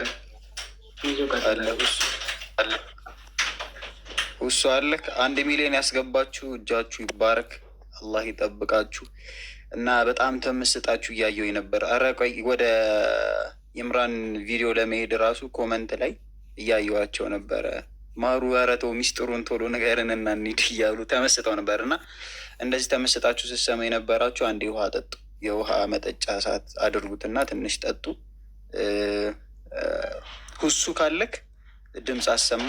ማሂር በቁርአን ተአምር ላይ ቪዲዮ ሰርቷል። የእሱን ቪዲዮ ዩ ኢምራን ደግሞ ለዲያቆኑ መልስ ሰጡታል እና ለሱ ሂዳችሁ ኮፒ ሊንክ አድርጉ ማለት ነው ኢንሻአላህ።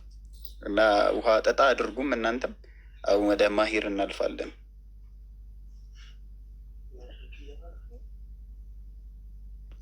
እሱ ግን የለም መሰለኝ። እሺ ኮፒ ሊንኩን አድርጉት። 20 ሺህ ያስገቡት። 20 ሺህ እንኳን ይግባ። ታቡ ሂዷል ማሻአላህ። ግን ጨምሩበት የበለጠ ደግሞ እንድናይ። እንግዲህ እስካሁን እያየን ያለ ነው እንደዚህ በተደጋጋሚ ሁሌ የምንሰማው ነገር አይደለም። ለየት ያለ ነገር ነበር እንሰማለን መጀመሪያ የሚያልኩት እና ለየት ያለ ነገር ነው እየሰማን ያለ ነው። እና የበለጠ ነገር እንድንሰማ ኮፒ ሊንክ አድርጉ። 20 ሺህ እናስገባው። ታቡን ደግሞ ትንሽ ጨመር እናደርግበት ኢንሻአላህ። እና ቪዲዮቸውን የኢምራንን ቪዲዮ ገብታችሁ እና የማሂርንም ቪዲዮ ገብታችሁ ጀዛኩሙላህ ኸይር። ቀጥል ማሂር። ሰላም አለይኩም። ወአለይኩም ሰላም ወረሕመቱላሂ ወበረካቱ። ውሃ ጠጥቷል መሰለኝ። ይመስለኝ ኢርሻድም የሆነ የለቀቁት ቪዲዮ ያለ መሰለኝ። ቅድም እንደዛ ጽፎ ያየው መሰለኝ። እሱንም ግቡና የሆነ ኮፒ ሊንክ ምናምን አርጉልን የሁላችን ነው። እሺ በቃ እንዳያችሁት ነው። አሁን እንዳያችሁት ነው ማለት ቅድም እንብያችሁ ነበረ። እነዚህ ወንጌላት እራሳቸው ሊቀርጹ ለሚፈልጉት ነገር አለ። አሁን ማቴዎስ አድሬስ እያደረገ ያለው እነማንን ነው ካልን አይሁዳውያንን ነው፣ ወይም ደግሞ የዕብራውያን ሰዎችን ነው አድሬስ እያደረገ ያለው። ሰው እነዚህን ሰዎች አድሬስ እያደረገ ካለ መጽሐፋችሁ ላይ የተጠቀሰ ሰው ነው እዚህ ጋር እየተጻፈው መጽሐፋችሁ ላይ ያለ ሰው እኮ ነው ብሎ ማሳመን አለበት። ሰው ምን ያደርጋል? የሆነ ታሪክ ይፈጥርና እንደዚህ የተባለ ትንቢት ተፈጸመ ይልናል። የሆነ ታሪክ ይፈጥርና እንደዚህ የተባለ ትንቢት ተፈጸመ ይልናል። የሆነ ታሪክ ድጋሚ ይፈጥርና እንደዚህ የተባለው ትንቢት ተፈጸመ ይላል። ለምን? በቃ ይኸው እናንተ የምትጠብቁት። ከዛስ አይሁዳውያን ለማን ነው በጣም ሪስፔክት ያላቸው? ለሙሴ አይደለም? ያው የሙሴ አይነት ነቢይ መጣላችሁ፣ መሲሁን ተቀበሉት፣ መሲህ ነው፣ የሙሴ አይነት ነቢይ ነው፣ እንደ ሙሴ ከእሱ ጋር ተመሳሳይ የሆነ ነቢይ ነው፣ ሙሴን በምታዩበት አይን እዩት እያለ ይሰብካቸው። ከዛስ ያው እንደዚህ እንደዚህ ተፈጠረ ከሙሴ ጋር ተመሳሰለ፣ ያው እንደዚህ ተፈጠረ ከሙሴ ጋር ተመሳሰለ እያለ ታሪክ ይፈጥራል። እና ሉቃስ ላይ እና ማቴዎስ ላይ የተለያዩ አካውንት ያየ ነው። ለምንድን ነው ካልን ስለ ውለቱ ማርቆስ አልጻፈም። ማርቆስ ስለ ውለቱ የነገረን ነገር የለም። እዚህ ጋር መጡና ሁለቱም የተለያየ እይታ ሰጡ ማለት ነው። አሁን ማርቆስ ነግሯቸው ቢሆን ኖሮ እዛ ማርቆስ የነገራቸው ላይ ተመስርተው ነበር ታሪክ የሚፈጥሩት። ማርቆስ የነገራቸው ላይ መሰረቱና ሁለቱም የሆነን ትንቢት ይመታሉ፣ የሆነን ታሪክ ከሙሴ ጋር መሳስላሉ ምናምን። አሁን ግን ማርቆስ ምንም አካውንት አልሰጣቸውም፣ ምንም አላላቸውም ማርቆስ። ለዛ በቃ ሁለቱም በየራሳቸው ሲዳክሩ የተለያየ ነገር ጻፉልን። የዘር ሀረጉን ካያችሁት የተለያየ የዘር ሀረግ ነው የሚጠቅሱት። ለምን ማርቆስ አልጻፍም? ይሄ ራሱ የሚያሳየው ምንድን ነው? የሆነ በቃ ማርቆስን ተማምነው ነው ያሉት። ማርቆስ በሌለበት ሁኔታ ላይ ደግሞ የተለያዩ ነገራቶች ነው ሲያወሩ የምናየው፣ የራሳቸውን ጎል አቺቭ ለማድረግ ማለት ነው። ሌላ ከኢየሱስ ጋር ተያይዘው ከተወለደ በኋላ ደግሞ የሚነሳው ፖይንት ምንድን ነው? የእግዚአብሔር ልጅ የሚባለው ሀሳብ ላይ አሁን እንደነገርኳችሁ ኢየሱስን የሆነ ቦታ ለመስጠት በጣም ተሞክሯል። በቃ እስካሁን ያየነው ነገር ምንድን ነው? ለኢየሱስ ቦታ እንዲሰጠው ነው አይደለ? ካሜራ ልክፈትና ለምሳሌ አሁን ዮሐንስ ስለሱም እንደሚል አሳያችሁ። የእግዚአብሔር ልጅነቱ በጣም እንዲሰማ ይፈልጋል። እሺ ካሜራው ልጥረው።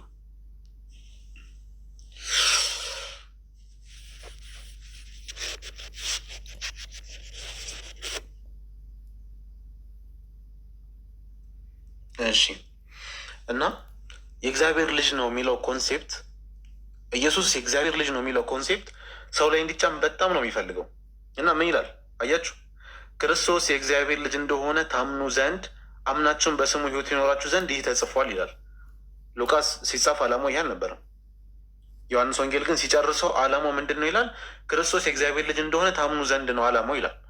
በጥንቃቄ ሲጽፍ የነበረ ሉቃስ ይህን ዓላማ እንዴት ይረሳዋል? የመጀመሪያ ጥያቄያችን በቃ ክርስቶስ የእግዚአብሔር ልጅ እንዲባል አይደል ዓላማው? የወንጌሉ ዓላማ በጥንቃቄ የጻፈው ሉቃስ ይህን ዓላማ እንዴት ነው የሚዘነጋው? አንደኛ ዮሐንስ መልእክት ላይም ተመሳይ ነገር ነው። የአንደኛ ዮሐንስ መልእክት ጸሐፊ ምንድን ነው የሚለው? ልጁ ያለው ሕይወት አለው አለ ምዕራፍ 5 ቁጥር 12 ላይ። ከዛስ የዘላለም ሕይወት እንዳላችሁ ታውቁ ዘንድ በእግዚአብሔር ልጅ ስም ለምታምኑ ይህ ተጽፎላችኋል አለ። በቃ ይህ የመጽሐፍ ዓላማው የእግዚአብሔር ልጅነቱ እንዲታወቅለት ዘንድ ከሆነ እነ ሉቃስ እነ ማቴዎስ የት ሄደው ነው ይህንን ዓላማ ብሎ ያልጠቀሱልን? ሌላ ያ ብቻ አይደለም፣ የእግዚአብሔር ልጅ የሌለው ሕይወት የለውም ይላል። ጭራሽ በቃ ኢየሱስ የእግዚአብሔር ልጅ ነው ብሎ ማመንን ሕይወት ከማግኘትና ካለማግኘት ጋር አነጻጽሮ ያስቀምጠዋል። ግን ሉቃስ ሲነግረን ምንድን ያለን? ከመጀመሪያው ተከትዬ በየተራው ልጽፍላችሁ መልካም ሆኖ ታየኝ ነው የሚለው። ዓላማውን ከመጀመሪያው ጀምሮ ተከትሎ የሚጽፍልን ማቴዎስ ማለት ሉቃስ ይህን ዓላማ እንዲዘነጋው የሆነ ልክ ያልሆነ ነገር አለ ማለት ነው። እና የልጅነት ጉዳዩ ምንድን ነው? መጀመሪያ እየተጻፈልን ከማርቆስ ጀምረን ወደ ታችኛው ስንመጣ በጣም የተለያዩ ነገራቶች ነው የምናገኘው። ይህንን ነገር ባርቴርማን ያስቀምጧል። ሀው ጂሰስ ቢካም ጋድ የሚለው መጽሐፉ ላይ ምን ይላል መሰላችሁ? ገጽ 83 ላይ ነው። አስ ዩ ሃቭ ሲን ዘ ፈርስት ስሪ ጎስፕልስ ማቴዎ፣ ማርክ ኤንድ ሉክ። ማቴዎስ፣ ማርቆስ እና ሉቃስ እነዚህ ሲኖፕቲክስ ጎስፕል የሚባሉት እነሱ ላይ ምን ብሎ ያወራል?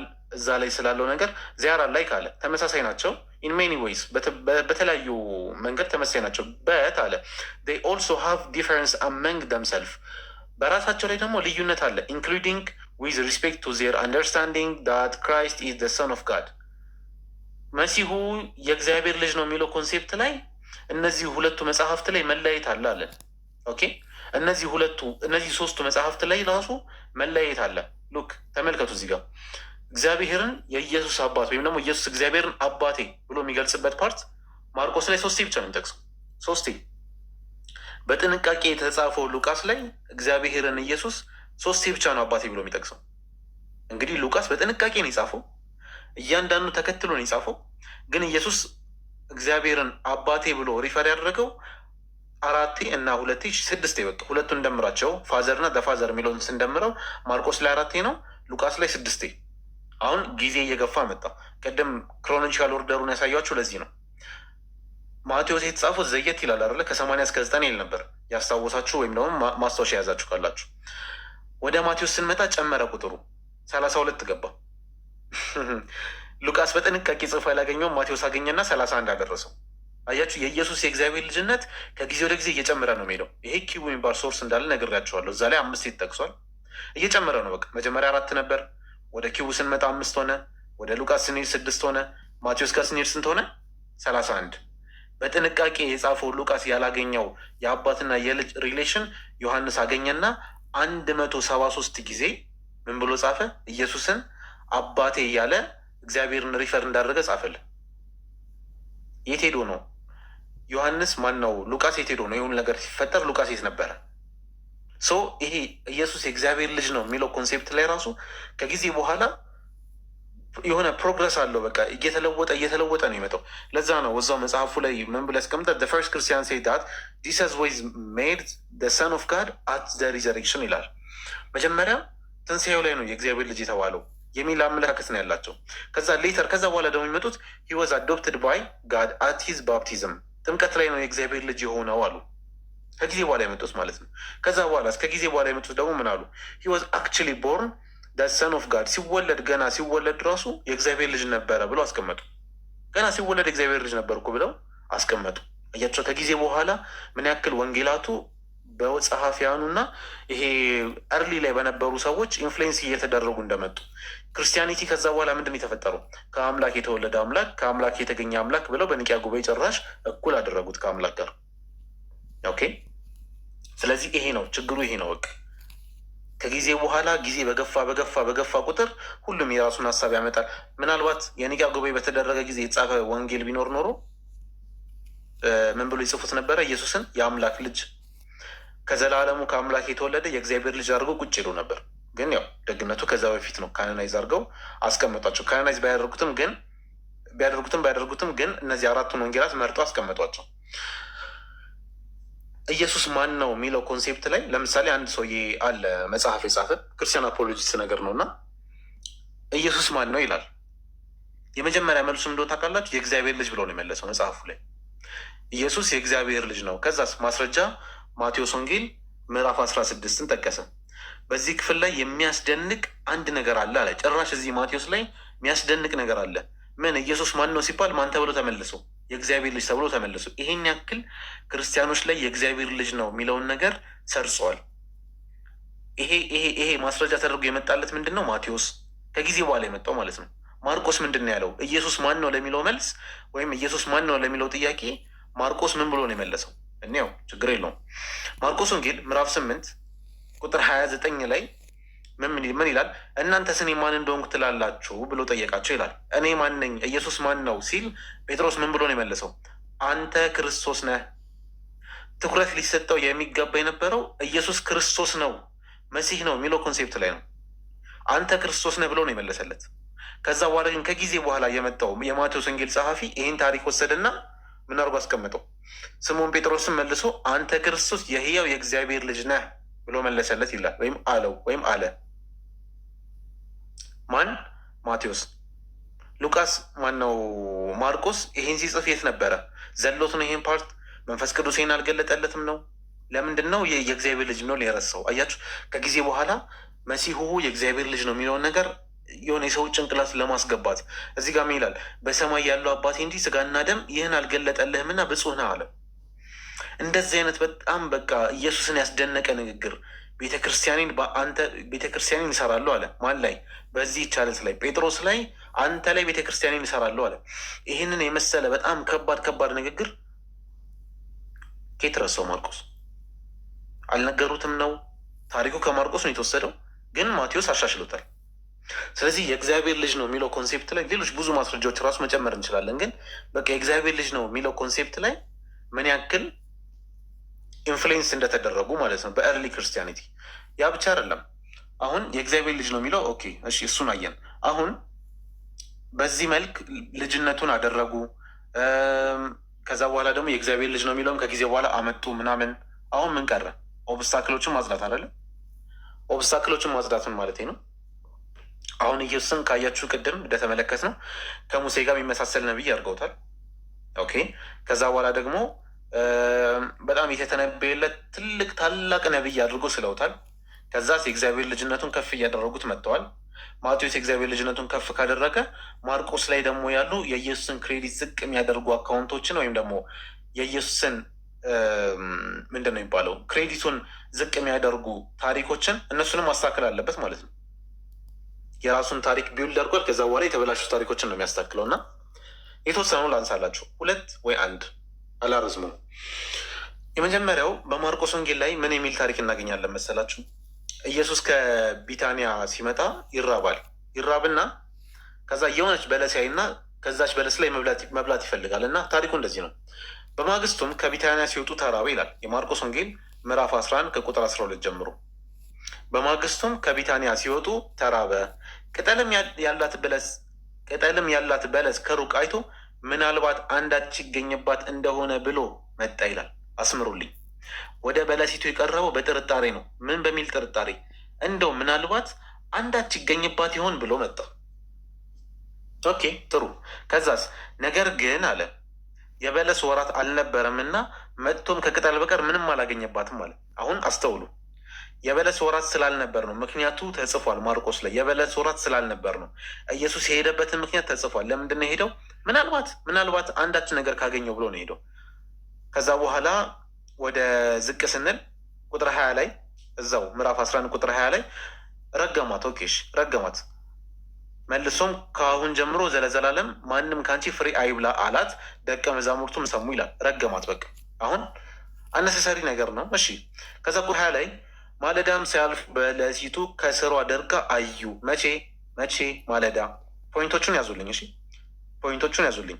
አዩና ከዛ ጴጥሮስም ትዝ ብሎት ገና የትላንትና የተፈጠረው ትዝ ብሎት ምን አለ? መምህር ሆይ የረገምካት በለስ እኮ ደረቀች አለው ይላል። አሁን ከማርቆስ ዘገባ እንድትረዱ የሚፈልገው ፓርት አለ። ይህን ነገር ትኩረት አድርጋችሁ ስሙኝ። ከማርቆስ ዘገባ መረዳት ያለባችሁ ምንድን ነው? አንደኛ ወደ በለሲቱ የሄደው ምናልባት ካገኘሁባት ብሎ ነው። ምናልባት የሚበላ ነገር ካገኘሁባት ብሎ ነው ወደ በለሲቱ ሄደው። ከዛስ በለሲቱ ላይ ምንም አይነት ፍሬ ያላገኘው ለምንድን ነው? የበለስ ወራት ስላልነበረ ነው። አሁን የበለስ ወራት ካልነበረ እና የሆነ ነገር አገኝባታለሁ ብሎ ሄዶ የበለስ ወራት ስላልነበረ በለሲቱን ከረገማት ያለ ምክንያት የረገማት ማለት ነው። ተሳስቷል ማለት ነው። አላገናዘበም ማለት ነው። ምክንያቱም ለምሳሌ ፕሪምን ብንወስደው ፕሪም ብዙ ጊዜ ወቅታዊ ነው። ፕሪም የሆነ ታይም ላይ ብቅ ይልና ይጠፋል። ስለዚህ የፕሪም ወር ባልሆነ ጊዜ ሄጂ የፕሪም ዛፍ ላይ ፕሪም ሳጣ እንዴት ፕሪም አይኖረውም ብዬ ብረግመው ማለት ነው። እናንተ ደግሞ በሚገባቸው አትክልት ውሰዱት። እኔ ትዝ ያለኝ ፕሪም ነው። ስለዚህ የረገመበት ምክንያት አነሰሰሪ የሆነ ምክንያት ነው። ያለ ምክንያት ነው በቃ የረገማት። ከዛስ ከረገመ በኋላ የደረቀችው መች ነው? በማግስቱን የደረቀችው። ከረገማት በኋላ በማግስቱን የደረቀችው። አሁን ይሄ ኢየሱስ ላይ ጥያቄ ያስነሳል። እንዲህ ኢየሱስ እንዴት እንደዚህ ያደርጋል ምናምን ጥያቄ የሚያስነሳ ነገር ነው። ማቴዎስ ያርመዋል ማለት ነው። ይህንን ፓርት ምን ይላል? የማቴዎስ ወንጌል ምዕራፍ 21 ከቁጥር 18 እስከ 20 ያለውን ተመልከቱት። በማለዳም ወደ ከተማ ሲመለስ ተራበ አለ። ከቢታንያ ሲመለስ ተራበ። ኦኬ፣ ሌላ ማንሳት የሚቻለው ፖይንቶች አሉ፣ እንዝለላቸው። በመንገድም አጠገብ በለስ አይቶ ወደ እርሷ መጣ። ምን አይቶ? በለስ አይቶ። ኦሚት ያደረጉት ነገር አለ እዚህ ጋር አልሸተታችሁም? በለስ አይቶ ለምንድን ነው የመጣው? አንዳች ይገኝባት ይሆን ብሎ አይደል የመጣው? የለም እዚህ ጋር በለስ አይቶ መጣ ነው የሚለው። በቃ ምናልባት ካገኘሁባት የሚለውን ጥርጣሬ ኦሚት አደረጉት፣ አስወገዱት። ከዛስ ከቅጠልም በቀር ምንም አላገኘባትም አለ። ለምንድን ነው ከቅጠልም በቀር ምንም ያላገኘባት? ምክንያቱም የበለስ ወር ስላልነበር አይደለ? የለም። ያ ታሪክም ኦሚት ሆኗል፣ አጥፍቶታል ማቴዎስ። ያስበለዋል። እንደዛ ታሪኩን አቆለጳጵሶ ምናምን ለአይሁዳውያን አቅርቦላቸው እንደዚህ አይነት ነገር ይሰራል ሊላቸው ነው እንዴ? ለአይሁዳውያን ኢየሱስ ማለት እኮ እንደ ሙሴ ያለ ነብይ ነው፣ የተከበረ ነብይ ነው፣ መሲህ ነው፣ ተቀበሉት ብሎ ያ ሁሉ